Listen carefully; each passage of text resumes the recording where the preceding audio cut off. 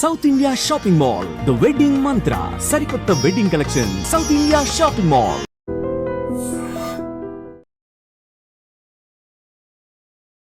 మీకంటూ తగ్గ prominent roles కానీ ఒక రిజిస్టర్ అయ్యే రోల్స్ కానీ పడకపోవడానికి రీజన్ ఏమనుకో? ఏదైనా రోడ్ మీద ఒక పోస్టర్, వాల్ పోస్టర్ ఉందంటే ఆ ఆఫీస్ని, ఆ డైరెక్టర్ని నేను ఒక 4 సార్లు కలిసి ఉంటాను.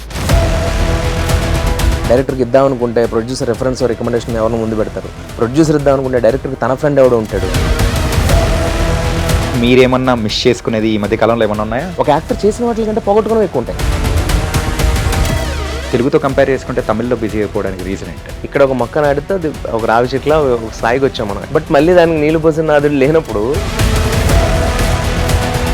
ఇది మనం చూడాలనుకునేది చూసాము, ఇంకా సాధించాలని ఒక పొజిషన్కి అనేది వెళ్ళి ఒకసారి కొంచెం గ్రాఫ్ అనేది తగ్గుతుంది. మంట అనేది అప్పటికప్పుడు వెలిగించే మన చేతులతో అగ్గిపుల్లలా ఉండకూడదు. ఫస్ట్ గుండెజారి గలంతైనా మాట్లాడు. దాని తర్వాత ఆ కైండ్ ఆఫ్ రోల్స్ అనేది ఆటోమేటిక్గా వచ్చినా కానీ వదిలిపెట్టేసుకోవడానికి రీజన్ ఏంటి? సాయి కుమార్ గారు పోలీస్ స్టోరీ చేశాక 100 సినిమాలు పోలీస్ కథలు వచ్చేసి, అర్జున్ రెడ్డి సినిమాలు అంటే అర్జున్ రెడ్డి వచ్చేస్తే,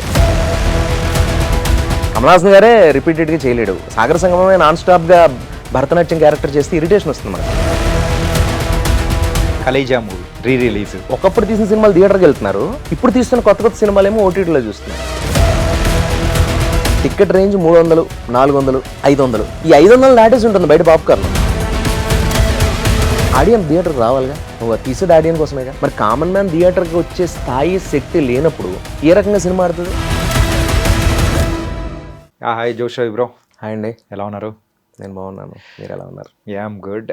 so once again welcome back to I dream అనమాట. Thank you. టీఎన్ఆర్ గారితో ఇంటర్వ్యూ అయిన తర్వాత టీఎన్ఆర్ గారి ఇంటర్వ్యూ తర్వాత కూడా 1-2 అంటే ప్రమోషన్స్ ఫ్లోలో జరిగింది అయ్యే టైంలో. బట్ ఒక అఫీషియల్ ఇంటర్వ్యూ అయితే మళ్ళీ మీదే, అంటే మీరు లాక్ వచ్చి కొంచెం బిజీ టైంలో కూడా సో మాకు టైం ఇచ్చారు. We're very happy, thank you. Actually పెద్ద మాట, బిజీ అంటేనండి వర్క్లో ఉన్నప్పుడు, అంటే సినిమా ఏదైనా రిలీజ్కి వచ్చినప్పుడు ఏదో ఇయర్లీ ఇప్పుడు వన్స్ అలా ఇంటర్వ్యూ అనేది హెల్దీ కదా అనిపిస్తుంది. ఇంకోటి నా మీద నాకు భయం ఏంటంటే ఎవరు చూస్తారులే అనే ఒక ఇది, నేను మీతో అన్నాను కదా ఇందాక, మార్కెట్లో నేను లేనేమో అనే ఒక ఫీలింగ్లో ఉన్నాను. దానివల్ల నేను ఇంటర్వ్యూస్కి ఇచ్చినా మీకేం వ్యూవర్షిప్ ఉండదు అని ఒక విశ్వాసంతో రాను అన్నా, అంతే తప్ప అదేం పొగరు కాదు. That's it, please. ఏంటి మీలో జోష్ తగ్గడానికి రీజన్ ఏంటంటే? జోష్ అని తగ్గలేదండి, జోష్ అలాగే ఉంది, కాకపోతే యాక్చువల్లీ జోష్ నా లైఫ్లో లేదు. నేను రవియే, నేను ఎప్పుడు హ్యాపీగానే ఉన్నాను. నా జోష్కి జోష్ యాడ్ అయింది అంతే, నేను ఎప్పుడు జోష్ఫుల్గానే ఉన్నాను. జోష్ నా లైఫ్లోకి వచ్చింది. కానీ బయట అనుకుంటూ ఉంటారు కదా, చాలా రోజులు మనం స్క్రీన్ మీద కనపడకపోతే దానికి జోష్ తగ్గడం ఉంది. పర్సనల్గా నేను ఇంకెంత హ్యాపీగానే ఉన్నాను. ఓకే, స్క్రీన్ మీద కనపడడం అనేది అందరికీ హ్యాపీ. ఓకే, మన లైఫ్లో మనం ఎలా ఉన్నాం అనేది మనకు మాత్రమే తెలుసు. మనం హ్యాపీగా ఉంటే చాలు, అది మన కళ్ళల్లో, మన లైఫ్ స్టైల్లో తెలిసిపోతుంది. మీరు ఈ మధ్యకాలంలో కూడా చాలా మూవీస్ అనేది అందులో చేస్తూ ఉన్నారు, అన్నీ వస్తూ ఉన్నాయి. కాకపోతే మీకంటూ తగ్గ ప్రామినెంట్ రోల్స్ కానీ ఒక రిజిస్టర్ అయ్యే రోల్స్ కానీ పడకపోవడానికి రీజన్ ఏమనుకోవచ్చు? అదే అసలు అదేమంటారంటే, ఏదో ఆ మాట గుర్తు రావట్లేదు, అది ఎవరు విరగొట్టలేని కొండది. అది ఏ ఆర్టిస్ట్గానే ఉంది కదా, నాకే ఉంది. ఇప్పుడు నా ఫ్రెండ్స్ బోల్డ్ మంది ఉన్నారు, నాకంటే పెద్దవాళ్ళు బోల్డ్ మంది ఉన్నారు. కొంతమంది చాలా అంటే వెరీ అండర్ రేటెడ్ ఇది కదా, ఎందుకు పడాల్సిన రోల్స్ పడట్లేదు, పడితే ఇతను ఎక్కడ ఉంటాడు అనేది ఒకటి ఉంది కదా.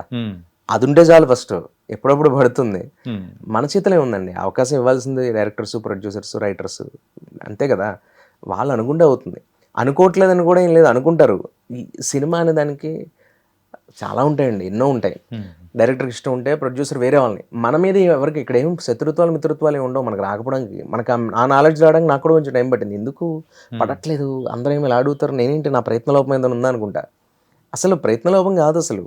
నేను అంటే మీకు ఒక్క మాటలో చెప్తాను, నేను కారులో వెళ్తున్నప్పుడు ఏదైనా రోడ్డు మీద ఒక పోస్టర్, వాల్ పోస్టర్ ఉందంటే ఆ ఆఫీస్ని, ఆ డైరెక్టర్ని నేను ఒక 4 సార్లు కలిసి ఉంటాను. ఓకే, నాకు తెలియని, నేను కలవని పోస్టర్ రోడ్డు మీద పడదు, గోడ మీద ఎక్కడ పడదు. అలా ఉంటుంది నా ప్రయత్నం. ఇంకప్పుడు నా తప్పే ఉంది, అసలు నాకు సంబంధం లేని విషయం అది. ఇప్పుడు మనం ప్రయత్నించగలం అంతే, ఫలితానికి మనం బాధ్యులం ఏం కాదు.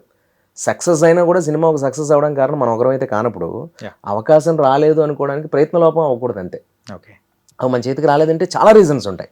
డైరెక్టర్కి ఇద్దాం అనుకుంటే ప్రొడ్యూసర్ రెఫరెన్స్ రికమెండేషన్ ఎవరిని ముందు పెడతారు. ప్రొడ్యూసర్ ఇద్దాం అనుకుంటే డైరెక్టర్కి తన ఫ్రెండ్ ఎవడో ఉంటాడు. అరే జోష్లో మంచి యాక్టర్ కానీ వీడు నాతో పాటు రావలేడు, నా రూమ్మేట్ ఎన్నో ఏళ్ళ నుంచి ఉంటున్నాడని ఒకటి ఉంటుంది. కో డైరెక్టర్ ఎవరినో, కొంతమందికి నిజంగానే మనం ఉంటే అతను ఇంకొకరిని పెడదాం, కొంచెం ఎక్కువ రెమ్యునరేషన్ ఇవ్వాలి, సీనియర్ కదా, కొత్తలకి ఇచ్చేద్దాం, మనకి డబ్బులు కలిసి ఇలా ఇలా వెయ్యి ఉంటాయి. ఇవన్నీ కాదు, ఇలాగా సోకాల్డ్ రీజన్స్. నా ఒకరికే కూడా కాదు, ప్రతి యాక్టర్కి ఉన్నది ఇది. ఇలాంటి సిచ్యువేషన్స్ లో మీరేమన్నా మిస్ చేసుకునేది ఈ మధ్య కాలంలో ఏమన్నా ఉన్నాయా అట్లాంటి? బౌలిడ్ ఉంటాయి కోకలు. నేను చేసిన ఒక యాక్టర్ చేసిన వాటి కంటే పోగొట్టుకోవడం ఎక్కువ ఉంటాయి. ఎందుకంటే అరే ఇది అనిపిస్తుంది. ఈవెన్ రంగస్థలం లాంటి సినిమాల దగ్గర నుంచి ఎన్నో కూడా, నానక ప్రేమతో లాంటి సినిమాలు, ఎస్పెషల్లీ నేను ప్రాణంగా ప్రేమించే డైరెక్టర్స్ తెలుగులో రాజమౌళి గారు, మన సుకుమార్ గారు, ఇలా ఉంటారు కదా, త్రివిక్రమ్ గారు, అనిల్ రావుపూడి గారు, ఇలాంటి వాళ్ళతో పని అక్కడ దాకా వచ్చి పోతుంటుంది అది. కానీ నేను ఒకటి నమ్ముతాను, ఏంటంటే మనకు రావాల్సిందే, మనకి ఏదో గొప్పది ఒకటి వస్తుంది, అదే నిజం.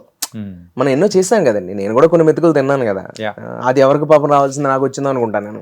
థింక్ పాజిటివ్, అంతే, దట్స్ ఇట్. అంటే ఇవే కాకుండా సో అవకాశాల కోసం మనము వెళ్ళేది ఎందుకు, మనమే ఒక అవకాశం ఇచ్చే ఒక స్టేజ్కి రావాలి అనేది కూడా దానికోసం కూడా ఇప్పుడు తిరుగుతూ ఉన్నారు. ఆ ప్రయత్నాలు ఏవో జరుగుతున్నాయా? ఏం లేదు అంటే అలానే కాదు, మీరు ఇండైరెక్ట్గా ఓకే. యాక్చువల్లీ ఏంటంటే అలా అవకాశాలు మనం ఇద్దాము అనేవి కాదు. నా ఉద్దేశం ఏంటంటే మన దగ్గర ఒక విషయం ఉంది. ఇప్పుడు యాక్టింగ్ సైడ్ నాకు విషయం ఉన్నప్పుడు నేను ఇంత ప్రయత్నించాను కదా, నన్ను నమ్మిన వాళ్ళు ఆ క్రాఫ్ట్లో కూడా, అది రైటింగ్ అవ్వచ్చు, ఇంకోటి అవ్వచ్చు, డైరెక్షన్ అవ్వచ్చు, నన్ను నమ్మిన వాళ్ళు, నాకున్న బలం అంటే ఓహో ఇదా, ఇలా కూడా ట్రై చేస్తాడు ఇది, మనం ఎక్స్పెక్ట్ చేయలేదా అనే క్వాలిటీస్ కొన్ని నాలో ఉన్నవి చాలా మంది తెలుసు ఇండస్ట్రీలో. కొంతమందికి అదే ఇండస్ట్రీలో తెలియని వాళ్ళు ఉన్నారు. ఎవరికో తెలియచెప్పడం కోసం అయితే కాదండి. నేనేంటంటే నా కెరియర్లో ఓకే ఇప్పుడు ఇది ఈ టైంలో మనం నమ్మి నా రైటింగ్ని నమ్మి కొన్ని జరుగుతున్నాయి. ఓకే, నేను అప్పటి నుంచి కూడా రైటింగ్ సైడ్ నుంచి కూడా నేను సబ్ క్రాఫ్ట్ ఉంది నాకు, అటు నుంచి అటు కూడా చేస్తూ. ఓకే, ఎందుకంటే నేను ఎంటర్ అవుతున్నప్పుడే నేను చెప్పాను మీతో, అసిస్టెంట్ డైరెక్టర్గా, అప్రెంటిస్గా, గోస్ట్ రైటర్స్గా పనిచేసిన సినిమాలు ఎన్నో ఉన్నాయి, బిగ్ ప్రాజెక్ట్స్ ఉన్నాయి అప్పట్లో. నేను ఇన్నాళ్ళు ఎందుకు బయట పెట్టలేదంటే దానికి ఏం రీజన్ లేదు. ఇప్పుడు ఏదో సినిమాలు లేకో మనం ఏదో ఇంకో దారిలోకి వెళ్ళాలి, ఎవరికో లైఫ్ ఇచ్చేయాలోనో ఇంకోటో కాదు. నాకు ఇప్పుడున్న కాంటెంపరీ ఇదిలో కరెంట్ సిచ్యువేషన్స్లో ఈ కథ చెప్పడానికి అరే ఇప్పుడు రారా, ఇప్పుడు చెప్పరా, ఇప్పుడైనా చెప్పరా, ఇప్పటికీ రావారా, ఇలాంటి మాటల వల్ల వస్తున్నాను అనమాట. నువ్వు చేయొచ్చు కదరా, నువ్వు అనుకుంటే అవుతుంది, ఎందుకు మనం ఇంకొకరిని అడగాలి, మనం చేయగలం కదా, మనమే ఇంకొకరికి ఇవ్వచ్చు కదా అనే కాన్ఫిడెన్స్ నా తోటి పక్కన ఉన్న స్నేహితులు, ఫ్యామిలీ చెప్పడం, ఒక రకంగా మా అమ్మగారు ఎంకరేజ్మెంట్ అవ్వచ్చు రాయడం అనేది ఫస్ట్ నుంచి. ఎందుకంటే ఆవిడ హిందీ పండిట్ అవ్వడం, అందరూ మా ఇళ్ళలో అందరూ చదువుకున్న వాళ్ళే, అందరూ గవర్నమెంట్ జాబ్స్ ఎక్కువ, మా మామయ్య గారు సోషల్ మాస్టర్ అవ్వడం, ఓకే, అందరూ దానివల్ల కొంచెం ఇంట్రెస్ట్, రైటింగ్ సైడ్ అనేది ఇంట్రెస్ట్ అనేది కొంచెం, దానివల్ల రాసాం, దాన్ని నమ్మారు, ఎన్నో కథలు వర్క్ చేసాం. బట్ మనం ఏంటో కూడా భగవంతుడు మనకు టైం ఇచ్చినప్పుడు అంతే.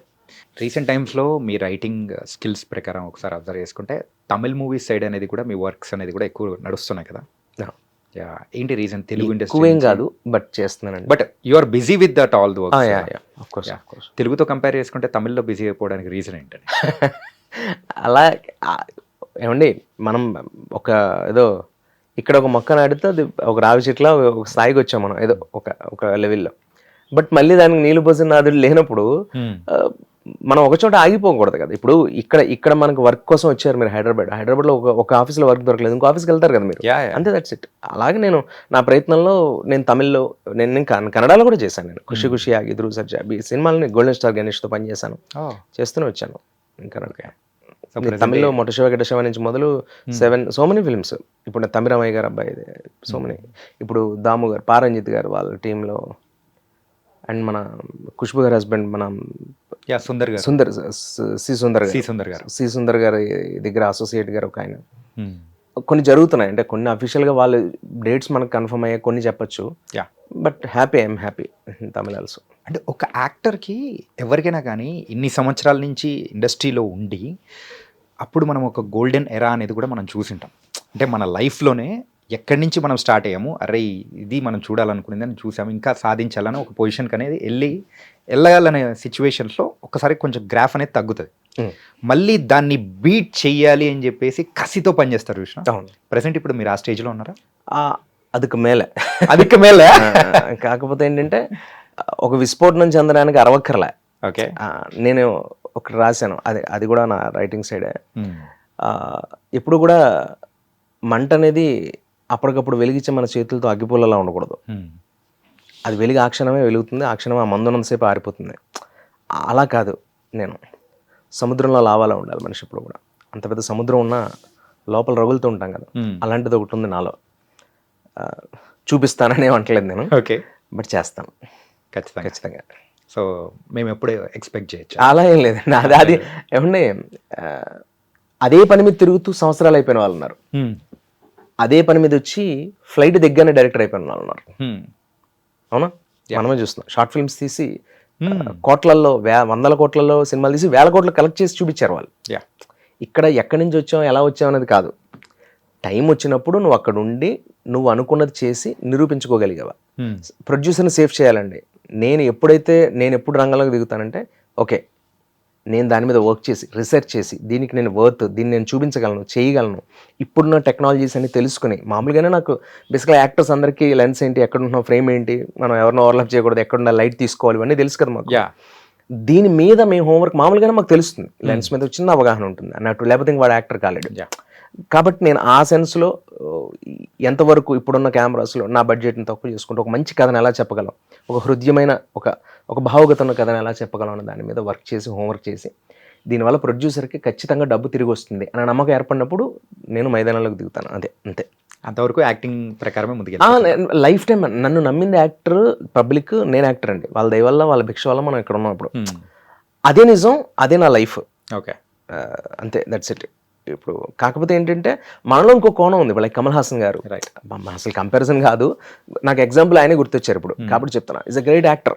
ఆయన యాక్టర్నే అంటాం, తర్వాతే కదా ఆయన సింగర్ అంటాం, తర్వాత ఆయన డైరెక్టర్ అంటాం, ప్రొడ్యూసర్ రాజ్ కమల్ ఇంటర్నేషనల్ అన్న ఏదన్నా కూడా అంతే కదా. That's it. ఆయన పాటలు రాస్తారు, మాటలు రాస్తారు, అసలు ఆయన ఏం లేదు. అలాగా మనకు ఇంకోటి ఉంది, ఏమంటే సినిమా చేయాలండి. ఎండ్ ఆఫ్ ది డే సినిమాలో ఏం చేసామనేది, సినిమాలో నువ్వు ఏదైనా చెయ్యి, మేకప్ వేస్తావా, ప్రొడక్షన్ చేస్తావా, లేదా ప్రొడక్షన్ డిజైనర్ అవుతావా, ఎగ్జిక్యూటివ్ ప్రొడ్యూసర్ అవుతావా, కాస్ట్యూమ్ డిజైనర్ అవుతావా, నువ్వు దాని మీద ఏం వర్క్ చేసావు, దాని మీద నీకున్న చదువు ఏంటి, దాని మీద నువ్వేం చదువుకున్నావు అనేది నీకు అర్హత ఉన్నప్పుడు ఎవరు మాట్లాడలేరు. వాళ్ళకి అర్హత ఉండదు అప్పుడు మాట్లాడడానికి. నువ్వు చూపించు, అంతే, దట్స్ ఇట్. ఒకప్పుడు కమెడియన్స్గా స్టార్ట్ అయినా కానీ తర్వాత ఏం చేసినా కానీ ఇండస్ట్రీలోనే ఉండాలి అని అనుకొని, సో అంటే మేము ఇది కూడా చేయగలుగుతామనే ఒక ట్రేడ్ మార్క్ సెట్ చేసిన పర్సన్ నేను ఒకటి చెప్తా, వేణుగారు. అంటే ఆయనలో ఇది కూడా ఉందా అని చెప్పేసి ఎవరైనా ఎక్స్పెక్ట్ చేశారా? ఓ రకంగా ఫస్ట్ అది ఇన్స్పిరేషన్ అండి. Inspiration really bro. అందరికి ఒక అంటే ప్రేక్షకులు కూడా షాక్ అయిపోయారు, ఏంటి ఇది తీసింది వేణుగారా, వేణు అని చెప్పేసి అలా అన్న సందర్భం. సో ఆ కైండ్ మనం ఎక్స్పెక్ట్ చేయొచ్చా? ఆయన ఏమి కొత్తగా కదండి, అతను మంచి రైటర్. ఆయన బేసికల్గా అంటే ప్రేక్షకులకు అంటే ఆయన మరో రకమైన ఫేస్ అనేది ఆయన వాళ్ళకి తెలియదు కదా. ఓకే, ఎవరి గురించి తెలియదు, అదే అంటున్నానండి. మనం ఇప్పుడు అదే పోసాని కృష్ణమౌళి గారి దగ్గర త్రివిక్రమ్ గారు ఉండిపోతే మనకి తెలిసేది కాదు ఆయన ఎంత బలమైన మనిషి. కానీ ఆయన వృత్తి అది అవ్వడం, ఆయన దాని మీద అన్ని రకాల కవిత్వ పటుత్వ సంపదలని ఆయన అదొక వేరే, ఆయనదొక స్వర్గం, ఆయన ఒక అనర్గలం అన్నట్టు, ఆయన వేరు, ఆయన దుర్గం అంత వేరు. కాబట్టి ఇతను నటుడు, నేను నటుడిని, వేణు, ధనరాజు గారు, నేనన్న, మీ అందరం యాక్టర్స్, నాకంటే సీనియర్స్, వాళ్ళు పెద్దవాళ్ళు. అండ్ ఇంకోటి ఏంటంటే బై ప్రొఫెషనల్ వైజ్ యాక్టర్గా వాళ్ళ బలాలు అవి, బట్ వాళ్ళ లోపల ఒకడు ఉన్నాడు. ప్రతి ఒక్కరికి లోపల ఇంకొక టాలెంట్ ఉంటుంది. అది ఏ స్థాయిలో ఉందనేది ఇంపార్టెంట్. ఓకే, అది ఏ రేంజ్లో ఉందనేది ఇంపార్టెంట్. అది కుదరాలి. టాలెంట్ అందరిలో ఉంటుంది, కుదరడం అనేది ఇంపార్టెంట్. ఇక్కడ అదే లాజిక్, కుదరాలి. పడాల్సిన మరలో పడాలి మనం. ఓకే, కొన్ని చోట్ల నలిగిపోతాం, లేకపోతే పడాల్సిన మనలో పడితే మనం నలిపేస్తాం. సిచ్యువేషనల్ అంతే అది. అలా కుదిరింది అతనికి. చెప్తున్నాను కదా, ఆయన మంచి రైటర్, మంచి మనిషి, వెరీ ఎక్స్ట్రీమ్ టాలెంటెడ్ యాక్టర్గా. ఆయన కొన్ని సెన్సిబిలిటీస్ ఉన్నాయి నాలాగే. మీ అందరం కలిసే కదా రాసుకునే వాళ్ళం, స్కిట్స్ రాసేటప్పుడు కూడా కలిసే రాసేవాళ్ళం. చాలా ఫ్రెండ్లీ ఉంటాడు అతను. ఓకే, వీనన్న కూడా, అండ్ ఈవెన్ ధనరాజు గారు కూడా అంతే. వాళ్ళు అందరూ, ఈవెన్ చాలా మంది వాళ్ళలో కూడా కథలు ఉన్నాయి. కానీ వాళ్ళు ఇప్పుడు తీశారు కాబట్టి ఎలా ఉంటుందంటే, ఒకరు వచ్చారు కాబట్టి వాళ్ళకంటే ముందు నేను కథలు రాసుకున్నాం ఇవన్నీ. బట్ కానీ అది మనం ఇప్పుడు ఏదో ఎలా ఉంటుందంటే, మనం ఒక పని చేయబోతున్నాం అంటే మన పక్కన ఉన్నవాడు చేసేసారనుకోండి, కంపేర్ చేస్తాడు. అది సమాజంలో ఉండేది పిచ్చలైట్, అవేం మనం పట్టించుకోకర్లే. ఇప్పుడు ఒక బ్లాక్ ఏదైనా, ఒక డచ్ యాంగిల్ ఒక బ్లాక్ ఏదైనా సెపరేట్ గా పెడితే, ఒక లైట్, ఒక ఆఫ్ లైట్ తీసుకుని రామ్ గోపాల్ వర్మ గారితో కంపేర్ చేస్తారు, అంతే కదా. అది వాడు ఒక స్టైల్ ట్రై చేశాడు, బట్ ఎక్కడ ఒకటి ఇన్స్పిరేషన్ ఆయన ఉండొచ్చు కాక, ఎవరు ఇన్స్పైర్ అవ్వకుండా ఉంటారు ఆయన్ని. అలా కొన్ని జరుగుతుంటాయి ఫ్లోలో. ఒక అద్భుతమైన డాన్స్ ఎవరైనా చేస్తుంటే చిరంజీవి గారితో కంపేర్ చేస్తారు. స్టైల్ ఎవరైనా సిగరెట్ భూమి మీద ఎవడ ఎగరేసినా కర్మ కొద్దీ రజనీకాంత్ గారితో కంపేర్ చేస్తారు. ఇంకెవడ ఎగరేయడానికి లేదు, అలా చేసేసాడు ఆయన.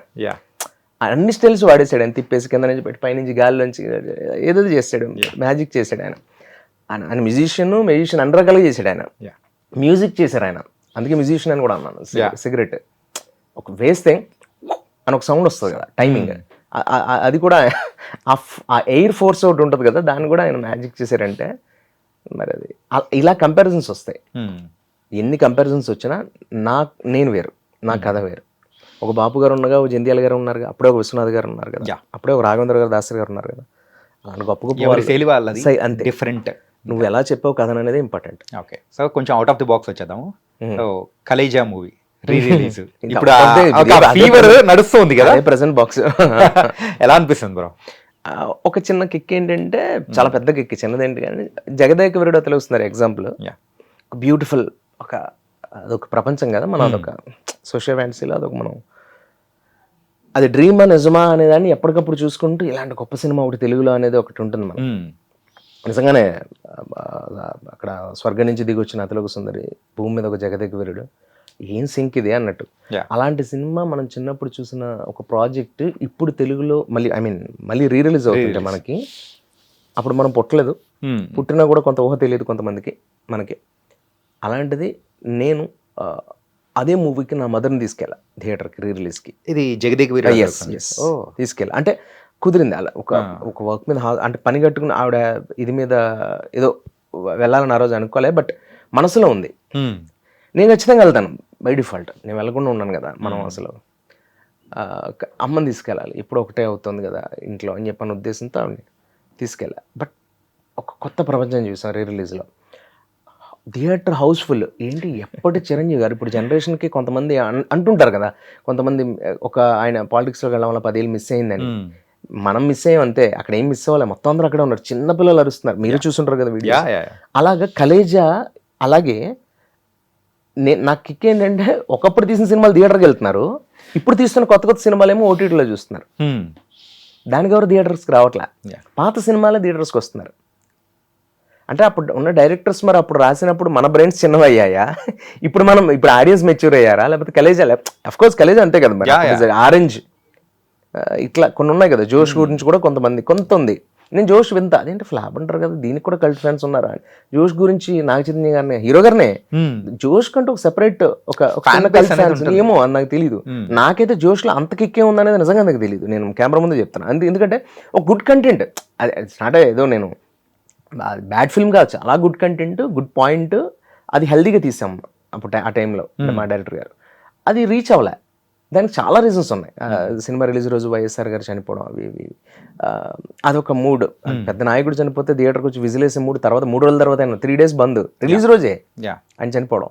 దానివల్ల ఈ రీ-రిలీజ్ ఇవి చూస్తుంటే ఇప్పుడు అనిపిస్తుంది, కలేజా ఏంటిది అసలు ఒక గుడి టెంపుల్లా చేసి అలా కిక్, అసలు మామూలు క్రేజీ. అసలు మామూలుగానే మహేష్ బాబు గారు, నేను ఫస్ట్ డే చూసే వాళ్ళు యాక్చువల్గా నేను రజనీకాంత్ గారు, చిరంజీవి గారు, అంటే ఆయన నెంబర్ 1 అలా కాదు, నెంబర్ 1 అంతే ఇద్దరు. నాకు వాళ్ళిద్దరు 2 కళ్ళలా, మదర్ ఫాదర్ లా, అంటే ప్రొఫెషనల్గా నాకు మదర్ ఫాదర్ వాళ్ళిద్దరు అనమాట, అలా ఫీల్ అవుతాను నేను.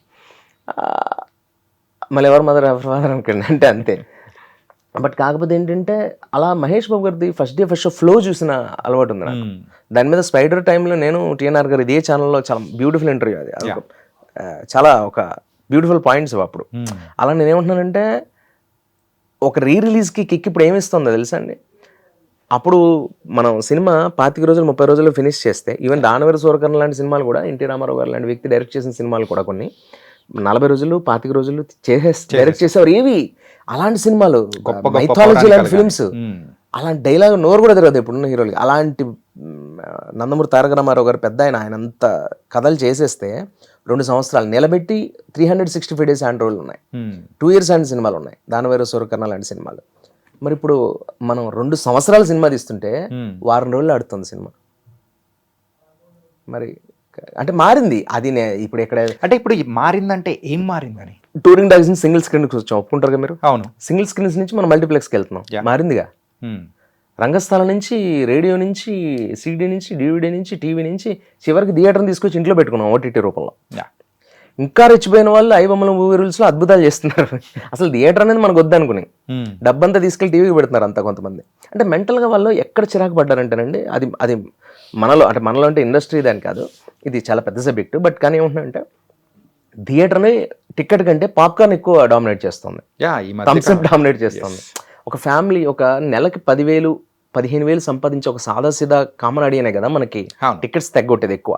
ఇప్పుడు చిరంజీవి గారు, రజనీకాంత్ గారు, ఇవన్నీ మనం చూసిన రోజుల్లో అలాంటి వాళ్ళు ఎక్కువ రావడం వల్ల రిపీటెడ్గా మాస్ థియేటర్స్లో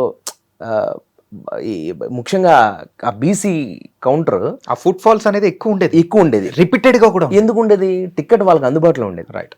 పాప్కార్న్ కొనుక్కున్నా, ఒక థమ్స్అప్ కొనుక్కున్నా వాళ్ళకి అందుబాటులో ఉండేది. ఒక సమోసా తిన్నా కూడా వాళ్ళు భోజనం చేయకుండా సినిమా కోసం పడి చచ్చిపోయేవాళ్ళు రిపీటెడ్గా. చిరంజీవి గారి సినిమా ఒక 10 సార్లు చూసేసిన వాళ్ళు ఉన్నారు, రోజు థియేటర్కి వచ్చే వాళ్ళు ఉన్నారు. ఇలా హీరోలకి ఒక లెగసీ ఉంది. ఇప్పుడున్న హీరోలకి, ఇప్పుడున్న ఇండస్ట్రీకి ప్రాబ్లం ఏంటంటే అది ఎవరో చేసింది కదా, కాలమానం ప్రకారం మారింది. అది ఎవరిని తప్పుపడడానికి లేదు. కానీ ఇక్కడ ప్రాబ్లం అయితే ఒకటైతే తీసుకోవాల్సిన సీరియస్ డెసిషన్ ఏంటంటే, అది ఎవరైనా కానీ, నేను ఒక ఆడియన్ పాయింట్ ఆఫ్ వ్యూలో మాట్లాడుతుంది. మనకి ఆడియన్ దేవుడు అయినప్పుడు, ఆడియన్ థియేటర్కి రావాలనుకున్నప్పుడు, మనం తీసిన సినిమా ఎన్ని కోట్లు పెట్టు, నువ్వు 100 కోట్లు పెట్టు, 1000 కోట్లు పెట్టు, 1,00,000 కోట్లు పెట్టు, నువ్వు 2 కోట్లలోనే సినిమా తీ, 1,2 కోట్లని, ఆడియన్ థియేటర్కి రావాలిగా. నువ్వు తీసేది ఆడియన్ కోసమేగా. మరి కామన్ మ్యాన్ థియేటర్కి వచ్చే స్థాయి శక్తి లేనప్పుడు ఏ రకంగా సినిమా ఆడుతుంది? టికెట్ రేంజ్ 300, 400, 500 ఇలా పెట్టుకోం. ఈ 500 దాటేసి ఉంటుంది బయట పాప్కార్న్. వాడు ఒక థియేటర్ టికెట్, ఒక మనిషి 400, 300 పెట్టి టికెట్ పెట్టి కొనుక్కుని థియేటర్కి వచ్చిన వాడు, వాళ్ళ పిల్లలు ఎవరు ఏం ఆడుకుని ఉంటారా, థమ్స్అప్ ఆడుకుని ఉంటాడా, వాడు రాక వాడు ఒక్కసారి మల్టీప్లెక్స్కి వస్తాడు. వాడి జీతం మొత్తం సర్వనాశనం. వాడు ఏమనుకుంటాడు, ఉద్దరాన్ని సినిమా ఓటీటీకి వెళ్దాం, ఇంట్లో చూద్దాం, థియేటర్లో వాళ్ళని కొట్టి తిట్టైనా సరే పిల్లల్ని సినిమాని నెమ్మదిగా అలా. అది ఎంత పెయిన్ అంటే, ఇది చెప్పుకునేటప్పుడు మనం మామూలుగా చెప్తున్నాము కానీ నవ్వుతూ, నాకైతే పెయిన్. ఎందుకంటే థియేటర్ రైస్ మిల్ అవుతుంది, థియేటర్ కళ్యాణ మండపం అవుతుంది. ఓ రకంగా అక్కడ ఒక శ్మశానమే. నా దృష్టిలో అయితే అది ఒక చావే. థియేటర్ లేకపోవడం అనేది ఆ భూమి మీద. నేను ఒకప్పుడు ప్రేమికుల రోజు చూసిన సినిమా, ఒకప్పుడు ఇట్లు శ్రావణ సుబ్రహ్మణ్యం చూసిన సినిమా, తాళని ఒక సినిమా నా ఊర్లో SRA టాకీస్ అని ఉండేది లేదు, నా ఊర్లో జే టాకీస్ అని ఉండేది లేదు. నేను చూసిన పాలకొల్లు తనుకున్న చుట్టుపక్కల గోదావరి జిల్లాలో థియేటర్స్ అలా కనబడుతున్న కంటి ముందు అలా చిన్నగా అయిపోయాయి. అది కళ్యాణ మండపం అవుతుంది. నా దృష్టిలో అది అసలు నాకు అది అపవిత్రం ఫీల్ అవుతాను నేను. నాకు అంటే అంత పెయిన్ అంటే. కానీ ఇక్కడ ఒక లాజిక్ ఏంటంటే, డబ్బు రానప్పుడు నువ్వు వాడంతే థియేటర్ పెట్టాను. కానీ ఇప్పటికీ ప్యాషన్తో థియేటర్ని ఎవడూ రాకపోయినా అలా నిలబెట్టి ఆడిస్తున్న వాళ్ళు ఉన్నారు. అది నిజంగా మనకి ప్యాషన్ అవ్వచ్చు, నాకు అనిపిస్తుంటుంది. అది మన ఎమోషన్ ఓకే, బట్ వాడికి అది రక్తం. అది వాడు బ్లడ్ అండ్ స్వెట్ పెట్టి పని చేస్తున్నాడు కదా. రెంట్స్ కూడా రావట్లేదు కదా. ఎందుకు రావట్లేదు? మనం తీసే సినిమాలు పాన్ ఇండియాకి వెళ్ళిపోయాయి, బడ్జెట్లు పెరిగిపోయి కోట్లలో వచ్చేస్తున్నాయి, స్టార్స్ అయిపోయాం మనం. మొత్తం ప్రపంచం మొత్తానికి తెలుగు ఇండస్ట్రీ గొప్పది అయిపోయింది. గ్రేట్. మనం గర్వపడాల్సిన విషయం. మనకి ఆస్కార్ అవార్డ్స్ వచ్చాయి. బట్ థియేటర్స్ సింగిల్ స్క్రీన్స్ లేనప్పుడు అన్ని మల్టీప్లెక్స్లు అయిపోతే, మన ఆ మల్టీప్లెక్స్లో అయినా కామన్ ఆడియన్ వెళ్ళలేకపోతే, సార్ సాధారణమైన ఆడియన్, సాధారణమైన పదం వాడింది ఏంటంటే, తన పని తను చేసుకుంటూ సినిమా, అతనే మేజర్. మనకి మిడిల్ క్లాస్ వాళ్ళు లేకపోతే గవర్నమెంటే లేదు. అలాంటప్పుడు ఒక కామన్ మ్యాన్ లేకపోతే సినిమా ఎక్కడ ఉంటుంది? ఏ క్లాస్ పర్సన్ ఎవ్రీ టైం రాడు, వచ్చి స్టైల్గా కూర్చుని వాడు బాగా బలిసి కొట్టుకుని ఒక పాప్కార్న్ బకెట్ తిని వెళ్ళిపోతాడు. వాడు మళ్ళీ రాడాడు. బట్ రిపీట్ వచ్చే ఆడియన్ కామన్ మ్యాన్. 25,000, 20,000 శాలరీ కూడా వస్తాడు. మనం అనుకుంటాం కానీ బీసీ ఆడియన్సే రిపీటెడ్ గా వస్తుంటారు. కలెక్షన్స్ కూడా అక్కడి నుంచి అసలు వాళ్ళ బీసీ వాళ్ళ ఏ క్లాస్ అని, మనం తిన్నది వాళ్ళ వల్ల. కామన్ మ్యాన్ లేకపోతే సినిమా లేదు. కామన్ మ్యాన్ థియేటర్కి రావట్లేదు, దాని తప్పు మందే. అది ఎవరిది అనడానికి మనకు అర్హత లేదు, నా స్థాయి కాదు అది.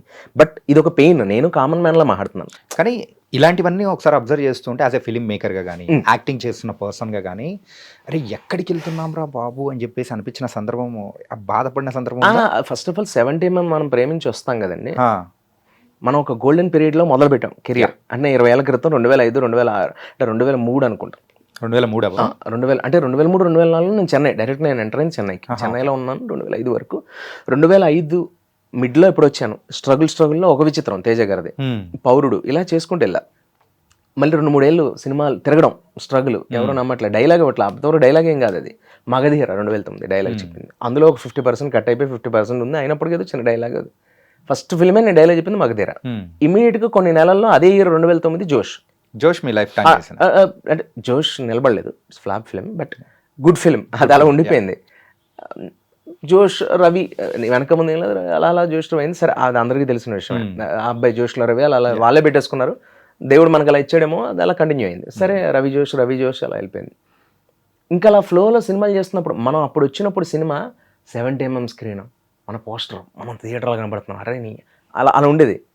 ఇప్పుడు 70mm ఓటీటీలో వస్తున్నాయి, మనం చేసింది మనమే టీవీలో చూసుకొని కిక్ లేకుండా వాడు ఇంట్లో వాడు వంటలు వండుకుంటే అటు నుంచి వెళ్తూ సగం సీన్ మిస్ అయ్యి థియేటర్లో లైట్స్ ఆఫ్ చేసి నువ్వు టికెట్ కొనుక్కుని డబ్బుకు నువ్వు దాని మీద ప్రత్యేకంగా చూసి ఫోనే లేని టైంలో సినిమాని ఎంజాయ్ చేసిన రోజులకి ఇప్పుడు ఏదైనా సీన్ వస్తే ఫోన్ తీసి మళ్ళీ ఇలా పెట్టి ఇలా ఫోన్ తీసి ఇలా మహేష్ బాబు వచ్చాడు, చిరంజీవి గారు వచ్చారు, నాన్స్ వచ్చారు, ఐశ్వర్య వచ్చింది, తమన్ వచ్చింది, ప్రతి ఒక్కరిని జూమ్ చేసి ఫోటోలు తీసి మనం ఫేస్బుక్లో పెట్టి ఏం కొత్తగా డైరెక్టర్ కూడా అంత గర్వంగా ఫీల్ అవ్వట్లేదు అంత గొప్ప సినిమా తీసి. వీళ్ళు తీసిన సినిమాని ఫోన్లో తీసి దాన్ని ఫేస్బుక్లో ట్విట్టర్స్లో పెట్టి ఏదో ఘనత సాధించామన్నట్టుగా సినిమాని రిలీజ్ రోజు పెట్టడం బాగా ఎంజాయ్ చేయడం ఓకే. నేను రిలీజెస్ గురించి మాట్లాడలే. రిలీజ్ రోజు ఫస్ట్ డే ఫస్ట్ షో కలెక్షన్స్లో కథని నువ్వే ఫ్యాన్ అయ్యి ఉండి నువ్వే సోషల్ మీడియాలో పెట్టేస్తే నీ హీరో సినిమా ఎలా బతుకుతుంది? నీ హీరో ఇంట్రడక్షన్ నువ్వు పెట్టేస్తే ఎలా? అరే ఇంద్రాలో చిరంజీవి వచ్చాడరా అని మనం ఒకప్పుడు చిన్నప్పుడు అనుకున్నాం కదా. అంటే అప్పుడు మనం అలా మనం చెప్పినప్పుడు అటు పక్క ఫ్రెండ్ అరే నాకు ఎగ్జామ్ వల్ల వెళ్ళలేకపోయిన రా, ఆడి ఇంట్లో ఏదో కంగారు పడి మళ్ళీ నేను తీసుకెళ్తా రా అని అలా సినిమాలకు వెళ్ళిన రోజులు కదా సార్. విన్నప్పుడున్నంత సుఖం, విన్నప్పుడున్నంత ఎక్స్పెక్టేషన్, మన రీచ్ ఆల్రెడీ కనబడిపోతుంటే, అది పేతాస్గా కనబడిపోతుంటే, సగం సగం ఈ గోళ మధ్యలో కనబడిపోతుంటే ఎంజాయ్ చేయడం గురించి కాదు, ఎవరైనా ఎంజాయ్ చేస్తారు. ఒక టైటిల్ తీ, నువ్వు ఎంజాయ్ చేస్తావు. ఇప్పుడు మారింది కాబట్టి కాలం ప్రకారం దాన్ని పెట్టు, బ్యూటిఫుల్ ఫిల్మ్ ఇలా ఇలా ఇలా ఉందని నువ్వు కథ చెప్పేస్తే రివ్యూ రైటర్స్ సగం చెడగొట్టి కథ మొత్తం నాహేస్తున్నారు కొంతమంది. నేను అందరినీ కాదు, మొత్తం కథ ట్విస్టులు చెప్పేసి అలా ఉన్నాయి. నువ్వు సినిమా తీసి పెట్టేస్తే ఫ్యాన్ అయ్యండి, సినిమా ఫ్యాన్ అయ్యండి, పైగా నీకు మహేష్ బాబు గారు ఇష్టం, రిలీజ్ రోజు ఆయన సినిమా అంతా నువ్వు ఎగ్జైట్మెంట్లో తీస్తున్నావు. తెలియక చేసే పనుల వల్ల మన హీరో సినిమా అట్లే మన సినిమా, మన తెలుగు ఇండస్ట్రీ సినిమా కదా, అది వెళ్ళిపోవట్లేదా? ఇప్పటికే పైరసీలకు బాధపడుతున్నాం. ఆడిన పైరసీ చేస్తే ఎట్లా మళ్ళీ అదొక ఇబ్బంది కదా. మన ట్విట్టర్స్లోను చిన్న చిన్న షార్ట్స్ పెట్టేసి ఇన్స్టాగ్రామ్లో పెట్టేసి రిలీజ్ సినిమాకి చేయకండి అంటున్నాను నేను. అట్లీస్ట్ దాన్ని ఒక వారం రోజులు బతకనే, వారం రోజులు ఫోన్స్ మీరు సినిమా చూసినప్పుడు మీరు అయినా ఫోన్ స్విచ్ ఆఫ్ చేసి కదా సినిమాని ఎంజాయ్ చేయాలి. ఓపెనింగ్లో ఒక ఎంజాయ్ ఒక టైటిల్ కనీసం అట్లీస్ట్ ఆరుపులు, ఆ పేపర్స్ ఎగరడం, నీకు మజా కావాలి. ఒక సినిమా మొత్తం దాన్ని దించవే అంటాను నేను, ఆ ఫోన్ దించవే మొత్తం అలాగే హైలైట్ ఇరిటేషన్ వస్తుంటది. ఖచ్చితంగా ఆ టైటిల్ లేదా ఎలివేషన్ ఏదైనా పడుతుందంటే సర్రని ఇట్లా లేస్తాయి. అంటే ఇప్పుడు నేను రజనీకాంత్ గారి సినిమాకి వెళ్ళా, సూపర్ స్టార్ అలా వచ్చింది అనుకో, నేను పిచ్చెక్కిపోతుంటది. ఒక గూస్ బంప్స్ మూమెంట్స్ వచ్చేస్తాయి, అలా వస్తుంది, అలా పెడతాం మనం అలా, అది కిక్.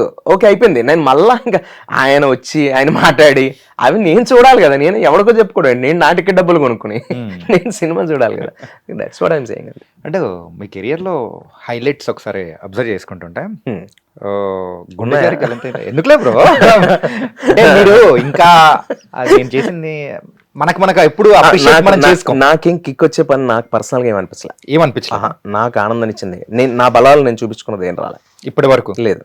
ఓకే, అంటే ఇది కాదు నా స్ట్రెంగ్త్. మాకు అనిపించింది మేము నా స్ట్రెంగ్త్ అంటే అలాగే చేసేసా. నేను నాకు ఇచ్చారు బాబోయ్, అది మీకు కన్వే అయింది. డైరెక్టర్స్ మనకి ఇచ్చింది, రైటర్స్ మనకి ఇచ్చింది, it's very okay, I'm very happy that. But what I mean to say like మనం అనుకున్నది ఒకటే అనుకుంటాం కదా. ఇప్పుడు మీరు ఇది కాదు, మీకు ఇంకోటేదో ఉంది, అది బీబీసీ అవ్వచ్చు, ఇంకోటి అవ్వచ్చు, లేకపోతే మీరు హీరో అవ్వచ్చు, అది ఒకటి లోపల ఒకటి ఉంటుంది కదా. దాంట్లో కనీసం ఒక ఇన్ అవ్వాలి కదా మనం. That's what I'm saying. నేను అంత ఇన్ అవ్వాలి. బట్ నేను చిరంజీవి గారు ముందు చేసిన కౌన్ బనేగా కరోర్పతి నా లైఫ్ లో నేను మాట్లాడాలనుకున్న 3 points లో వన్ ఆఫ్ ద పాయింట్ చెప్పండి అయితే మీ ఫ్లో. ఓకే, ఫస్ట్ గుండెజారి గల్లంతైనా మాట్లాడు. It's gay role.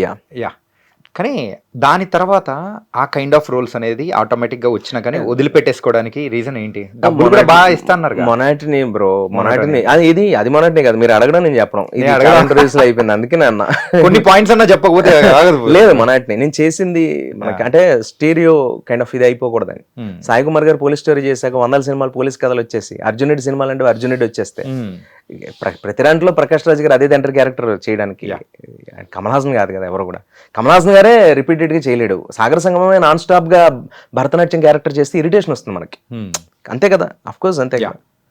తండ్రి క్యారెక్టర్ చేసి ప్రకాష్ రాజ్ గారు ఒక నిడివిలో మనకి బాగా అనిపిస్తుంది. ఎందుకు మనటిని వస్తుంది? అది వాళ్ళ తప్పు కాదు. ఒక నటుడిని నువ్వు వాడుకోవడం తెలియాలి. విభిన్నమైన నటుడిని ఎందుకంటాం? విభిన్న పాత్రలు చేయడం వల్ల.